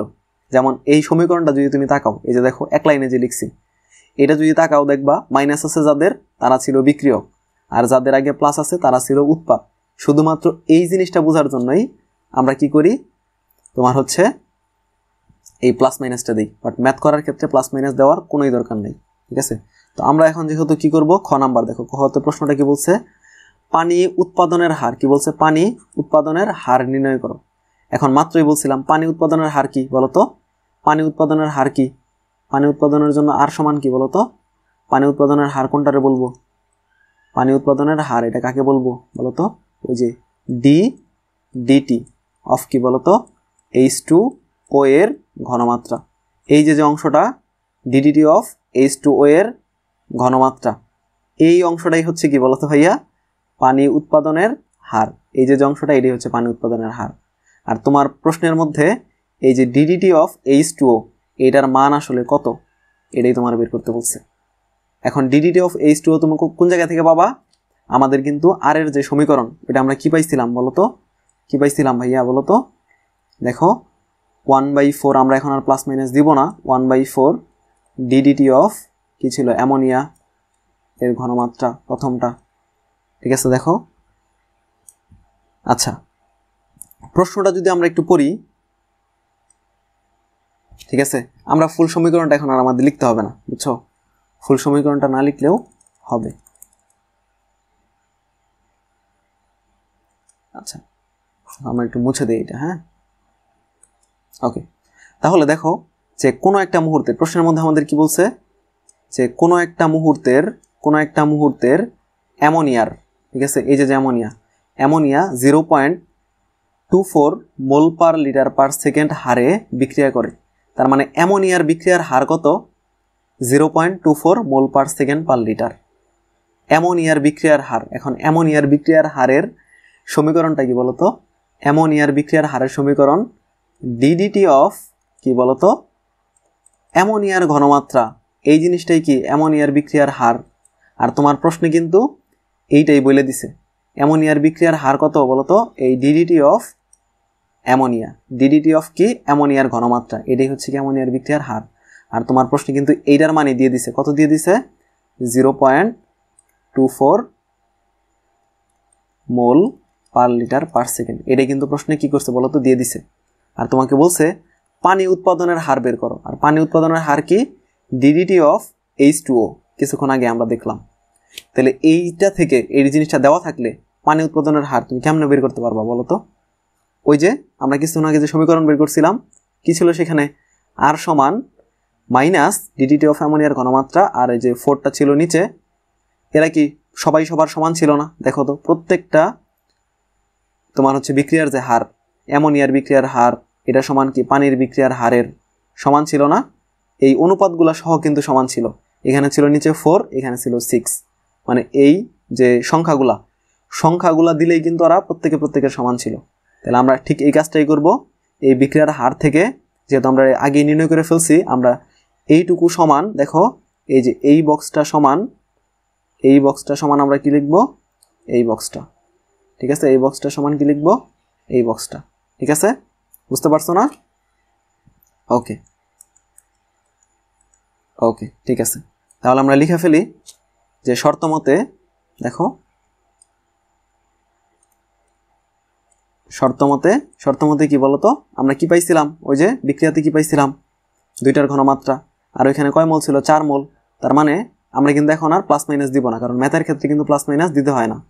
তাহলে কি লিখবো, 1/4 অ্যামোনিয়ার ঘনমাত্রা তোমার হচ্ছে বিক্রিয়ার হার কত বলতো, 1/4 ইন্টু কি বলতো, ডিডিটি অফ অ্যামোনিয়ার ঘনমাত্রা। ঠিক আছে, সমান কি বলতো, সমান কি 1/6, কয় মোল তৈরি হয়েছে, 6 মোল। তার মানে কি আসবে 1/6, প্লাস মাইনাস আর দিব না, কি দিব, ডিডিটি অফ পানির ঘনমাত্রা, H2O এর ঘনমাত্রা। আর আমাদের কোনটুকু বের করতে হবে বলতো ভাইয়া, আমাদের কিন্তু শুধুমাত্র এই যে ওই অংশটুকু বের করলেই আমরা অ্যান্সারটা পেয়ে যাব। তাহলে এটা কেমনে বের করব, দেখো আমরা পরের লাইনে যাই। দেখো অ্যামোনিয়ার ঘনমাত্রা কিন্তু দেওয়া আছে, এই যে দেখো অ্যামোনিয়ার ঘনমাত্রা কিন্তু দেওয়া আছে, কত দেওয়া, 0.24। তার মানে এই যে অংশটা, এই যে দেখো 1/4 বাদে বাকি যে অংশটা বাম পাশে, এইটুকুর মানই কত, 0.24। তার মানে আমরা কি বলতে পারি, 1/4 ইন্টু 0.24, এইটা সমান হচ্ছে কি 1/6 ইন্টু কি ডিডিটি অফ কি বলতো H2O এর ঘনমাত্রা। ঠিক আছে, তাহলে এই লাইনের পর থেকে আমরা কি বলতে পারি, এটাকে যদি এই পাশে আনি, দেখো এই লাইনটাকে আমরা যদি এই পাশে আনি তাহলে কি বলতে পারি যে 1/6 ডিডিটি অফ H2O এর ঘনমাত্রা, এটা সমান কি বলতো 1/4 ইন্টু কি 0.24। ঠিক আছে, আচ্ছা তাহলে পাশে যদি আমরা যাই তাহলে কি বলতে পারি, এখন শুধুমাত্র কি এই যে অংশটুকু, কারণ পানি উৎপাদনের হার কোনটুকু, এই যে ডিডিটি অফ H2O, পানি উৎপাদনের হার কোনটুকু বলতো, এই যে ডিডিটি অফ H2O, শুধুমাত্র এই অংশটুকু। তার মানে আমরা এই যে ডিডিটি অফ H2O এটাকে আমরা যদি এই পাশে আলাদা রাখি তাহলে দেখো যে 6 কি ভাগাকারে ছিল না, এই পাশে 6টা ভাগ ছিল, ওই পাশে যায় তাহলে কি হবে গুণ হয়ে যাবে, তার মানে উপরে চলে যাবে 6 আর 4 যে ছিল সেটা চলে আসবে কোথায় নিচে, আর এই যে মান যে ছিল কত ইন্টু কত ছিল 0.24, ওইটা 24 এর জায়গায় থাকবে। আর এটাকে যদি তুমি ক্যালকুলেশন করো তাহলে কত পাবা বলো তো, তুমি যদি এটাকে ক্যালকুলেশন করো তুমি এখান থেকে পাবা হচ্ছে, দেখো ক্যালকুলেশন যদি তুমি করো 0.36 পাবা। ঠিক আছে, তাহলে এটা কি বলতো বিক্রিয়ার হার। আর বিক্রিয়ার হারের দেখো বিক্রিয়ার হারের এককটা কি বলতো, বিক্রিয়ার হারের একক কি, দেখো তোমার এই জিনিসটা একটু শিখাই, এককটা শিখাই। হ্যাঁ, তার মানে আমরা ডিডিটি অফ কি পাইলাম H2O এর ঘনমাত্রা, এটাই হচ্ছে বিক্রিয়ার হার, কার পানির বিক্রিয়ার হার কত 0.36। এখন একক কেমনে দিবা দেখো তো, এই যে বিক্রিয়ার হার আর সমান কি ডিটি অফ কি H2O এর ঘনমাত্রা। একটু খেয়াল করো, দেখো একটু খেয়াল করো, ডিডিটি অফ H2O এর ঘনমাত্রা। এখন উপরে কি আছে ঘনমাত্রা না, উপরে কি ঘনমাত্রা, ঘনমাত্রা মানে কি মোলার, ঘনমাত্রা মানে কি মোলার, আর নিচে কি আছে টাইম মানে সেকেন্ড না, বলতো টাইমের একক কি সেকেন্ড না, তার মানে মোলার পার সেকেন্ড। দেখো তার মানে আর এর এককটা কি হবে, বিক্রিয়ার হারের একক মোলার পার সেকেন্ড। আর মোলার কেন আসলো, এই যে ঘনমাত্রা, থার্ড ব্র্যাকেটে কি আছে ঘনমাত্রা, ঘনমাত্রার একক কি মোলার, আর টাইমের একক কি সেকেন্ড, এই জন্য আসছে মোলার পার সেকেন্ড। এখন দেখো এই যে মোলার মানে কি বলতো, মোলারকে আমরা আরেকভাবে কিভাবে লিখতে পারি, মোল পার লিটার, মোলারকে কি বলতে পারি মোল পার লিটার, তার মানে কি আসতেছে এককটা মোল পার লিটার পার সেকেন্ড। ঠিক আছে, বুঝতে পারছো? দেখো তো আমি কি এটা মুখস্থ রাখছি বলতো, মুখস্থ রাখি নাই, আমি কিন্তু এই যে সূত্র জানি বলে কিন্তু আমি কিন্তু এককটা বের করতে পারলাম। ঠিক আছে, তো তুমিও যদি এইভাবে একটু সূত্রটা একটু বুঝা পড়ো তাহলে বেসিক জিনিসগুলো থেকে তুমি তোমার যে এককটা দরকার ওটা কিন্তু খুব সহজেই বের করে ফেলতে পারবা। তাহলে একক কি হবে মোল পার লিটার পার সেকেন্ড। ঠিক আছে, এটাই হচ্ছে কি বলতো অ্যান্সার। দেখো এটা কিন্তু আমি চাইলে যে বিক্রিয়াতে কিন্তু দেওয়াই ছিল, বিক্রিয়ার দেখো অ্যামোনিয়ার বিক্রিয়ার হারের একক যা আমাদের একক কিন্তু তাই, আমি কিন্তু চাইলে সরাসরি এখান থেকে এটা দেখেই তোমার শুধু লেখা দিলেই কিন্তু পারতাম, শুধুমাত্র লিখে দিলেই কিন্তু পারতাম। বাট আমি কেন তোমার বের করে দেখাইলাম বলতো, কারণ এইটা তো শুধুমাত্র একটা সূত্র না, তোমার এরকম শত শত সূত্র করতে হবে। আসলেই তুমি শত শত সূত্র করবা যাতে তুমি প্রত্যেকটা সূত্রের জন্য এইভাবে একটু চিন্তা কইরা খুব সহজেই বের করে ফেলতে পারো। এই জন্যই তোমার আমি একটু ডিটেলস করে দেখাইলাম। ঠিক আছে, ওকে, তাহলে চলো আমরা সামনে যাই। দেখো বিক্রিয়ার যে হার, এটাই হচ্ছে বিক্রিয়ার হারের আজকের লাস্ট টপিক, সেটা হচ্ছে কি বিক্রিয়ার হার যে আছে, এই বিক্রিয়ার হারের উপর যেই নিয়ামকগুলো আছে, হ্যাঁ যেই নিয়ামকগুলো নিয়ে আমরা মেনলি কাজ করি, এই বিক্রিয়ার হারের উপর বিভিন্ন ধরনের যে নিয়ামক আছে, অর্থাৎ ঘনমাত্রা, চাপ, ক্ষেত্রফল, তাপমাত্রা, প্রভাবক, বিক্রিয়কের প্রকৃতি, আলোর উপস্থিতি, এগুলো আসলে কিভাবে প্রভাব ফেলে আমরা হচ্ছে সেই জিনিসটা দেখব। তাহলে দেখো এক নম্বরে কি আছে, বিক্রিয়কের পৃষ্ঠতলের ক্ষেত্রফল। ঠিক আছে, বিক্রিয়কের পৃষ্ঠতলের কি আছে বলতো ভাইয়া, ক্ষেত্রফল। এখন তোমার যদি হচ্ছে কি হয়, বিক্রিয়কের পৃষ্ঠতলের ক্ষেত্রফলটা কি হয় বাড়ে, তার মানে বিক্রিয়কের পৃষ্ঠতলের ক্ষেত্রফল আমি যদি এ দ্বারা লিখি, এর মান যদি বাড়ে, দেখো এর মান যদি বাড়ে, ক্ষেত্রফল কখন বাড়বে বিক্রিয়কের, যখন বিক্রিয়কের পরিমাণও কি হবে বলতো বাড়বে, অনেক বেশি পরিমাণ বিক্রিয়ক চলে আসবে। হ্যাঁ, তাহলে বিক্রিয়কের ক্ষেত্রফল বলা মানে কি, বিক্রিয়কের পরিমাণও কি বলতো এই যে বেড়ে যাওয়া, বিক্রিয়কের পরিমাণও কি বলতো বেড়ে যাওয়া। আর বিক্রিয়কের পরিমাণ বাড়লে অবশ্যই বিক্রিয়ার হারও কি হবে, বৃদ্ধি পাবে। বুঝতে পারছো? এই যে উপরের দিকে যে চিহ্ন দিচ্ছে এটা মানে হচ্ছে আর মানে কি বিক্রিয়ার হার, ঠিক আছে, রেট অফ রিয়েকশন, বিক্রিয়ার হার। আর কেন লিখি আমরা? Rate of reaction, rate of reaction, ঠিক আছে। রেট অফ রিয়েকশন মানে কি? বিক্রিয়ার হার। এটাকে আমরা সংক্ষেপে প্রকাশ করি কি দ্বারা? আর দ্বারা। আমরা এতক্ষণ কিন্তু আর নিয়েই পড়াশোনা করলাম, ঠিক আছে। তার মানে এ কেন লিখতেছি? এরিয়া। এরিয়া কেন আসছে? ক্ষেত্রফল। ক্ষেত্রফল ইংলিশ কি বলতো? এ আর ইয়ে। তুমি যদি এই ইংলিশ টার্মগুলো একটু রিলেট করে পড়ো, মানে একটু যদি এগুলোর সাথে সম্পর্ক করে পড়ো, তাহলে পড়াটা আসলে অনেক বেশি ইজি হয়ে যায়। তো দেখো, ক্ষেত্রফল এ যদি হচ্ছে বাড়ে, ক্ষেত্রফল যদি বৃদ্ধি পায়, তাহলে অবশ্যই বিক্রিয়কের উপাদানগুলো বাড়বে, আর উপাদানগুলো বাড়লে বিক্রিয়ার হারও কি হবে বলতো? বাড়বে। এরপর দেখো ঘনমাত্রা। দেখো ঘনমাত্রা, এই যে কনসেন্ট্রেশন, ঠিক আছে, ঘনমাত্রাকে আমরা সি দ্বারা প্রকাশ করি, কনসেন্ট্রেশন। তো কনসেন্ট্রেশন, এই কনসেন্ট্রেশন যদি কি হয় বলতো? বাড়ে। তুমি যদি কনসেন্ট্রেশন বাড়াইয়া দাও, তাহলে কিন্তু কি হবে? দেখো ঘনমাত্রা যদি বাড়াও, জিনিসটা অনেক বেশি ঘন হয়ে যাবে, তখন বিক্রিয়ার হারও কি হবে বলতো? বাড়বে, ঠিক আছে। বিক্রিয়ার হারও কি হবে? বৃদ্ধি পাবে, ঠিক আছে। চিহ্ন হচ্ছে কোন দিকে? উপরের দিকে। ঘনমাত্রা বাড়াইলে বিক্রিয়ার হারও কি হবে? বৃদ্ধি পাবে, বিক্রিয়ার হারও বৃদ্ধি পাবে, ঠিক আছে। তারপর দেখো, তুমি যদি চাপ বাড়াও, কি করলা? তুমি চাপ বাড়াইলা, চাপের পরিমাণ বৃদ্ধি করলা। এখন চাপ যদি বাড়াও, আয়তনটা ভাইয়া কি হয় বলতো? বয়লের সূত্র পড়ছো না, যে চাপের সাথে আয়নের সম্পর্ক কেমন, আয়তনের সম্পর্ক কেমন? চাপের সাথে আয়তনের সম্পর্কটা কেমন ছিল? কি মনে পড়ে না? ব্যস্তানুপাতিক ছিল। তার মানে চাপ যদি তুমি বাড়াও, আয়তনটা কি হয়? কমে। আর আয়তন কমলে তখন কি ঘনত্ব বাইরে যায় না উপাদানগুলার? বলতো, আয়তন কমে গেলে, ধরো একটা ঘরের মধ্যে 10 জন থাকতে পারে, সেখানে আমি কি করলাম? ওই ঘরের আয়তনটা কমাই দিলাম। ধরো 10 মিটার ঘরে 10 জন থাকতে পারে, আয়তন কমাইয়া আমি ঘরের আয়তন 10 মিটার কিউবের জায়গায় কি করলাম? 5 মিটার কিউব করে দিলাম। তখন ওই 10 জন কি খুব ঘন ঘন হয়ে যাবে না? ঘন হয়ে গেলে কি হবে বলতো?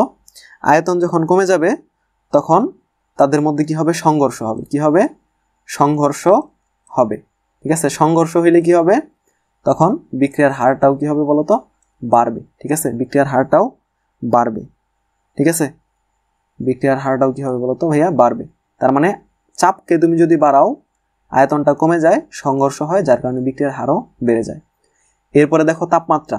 তুমি যদি তাপমাত্রাকে বৃদ্ধি করো, তাপমাত্রা কি করো? বাড়াও, তাহলে তাপমাত্রা যদি বাড়ে, তাহলে কি হবে বলতো? গতিশক্তি যে আছে, দেখো তাপমাত্রা যদি বাড়ে, তাহলে গতিশক্তিটাও কি হবে? বাড়বে। কারণ তাপমাত্রা বাড়লে কি হয় বলতো? গতিশক্তি বাড়ে। আর গতিশক্তি বাড়লে সংঘর্ষও কি হবে বলতো? এই যে সংঘর্ষও কিন্তু বাড়বে। আর সংঘর্ষ যদি বাড়ে, তাহলে বিক্রিয়ার হারও কি হবে বলতো ভাইয়া? বিক্রিয়ার হারও কিন্তু বাড়বে, ঠিক আছে। এরপরে প্রভাবক। এখন প্রভাবকটা আসলে নির্ভর করে তুমি কেমন প্রভাবক ব্যবহার করতেছো। তুমি যদি ধনাত্মক প্রভাবক দাও, কিরকম? ধনাত্মক প্রভাবক। ধনাত্মক কি দিবা? প্রভাবক, ঠিক আছে, প্রভাবক। তাহলে বিক্রিয়ার হার আর কি হবে বলতো? বাড়বে। ধনাত্মক প্রভাবক দিলে বিক্রিয়ার হার আর এর মানটা বাড়বে, মানে রেট অফ দ্য রিয়াকশন বাড়বে। আর তুমি যদি কি করো? ঋণাত্মক প্রভাবক দাও। ঋণাত্মক প্রভাবক, অনেক প্রভাবক আছে যেগুলো বিক্রিয়ার হারকে কি করে? কমায় দেয়, বা বিক্রিয়ার গতিকে কমিয়ে দেয়, ঠিক আছে। ওগুলোর আমরা বলি ঋণাত্মক প্রভাবক। তুমি যদি এই ঋণাত্মক প্রভাবক ইউজ করো, তাহলে বিক্রিয়ার হার কিন্তু বাড়বে না। কি হবে ভাইয়া? কমবে। এই যে নিচের দিকে চিহ্ন দেওয়া মানে কি? কমতেছে হার, ঠিক আছে। এরপরে হচ্ছে বিক্রিয়কের প্রকৃতি। এখন বিক্রিয়কের প্রকৃতির উপরও নির্ভর করে বিক্রিয়ার হার। এখন বিক্রিয়কের প্রকৃতি কি কি রকম প্রকৃতির হইতে পারে? বিক্রিয়ক, বিক্রিয়কটা হইতে পারে হচ্ছে আয়নিক। কেমন হইতে পারে? আয়নিক হইতে পারে। আরেকটা হইতে পারে কি বলতো? সমযোজী। বিক্রিয়কটা কি হইতে পারে? আয়নিক হইতে পারে, অথবা হইতে পারে কি? সমযোজী, ঠিক আছে, সমযোজী।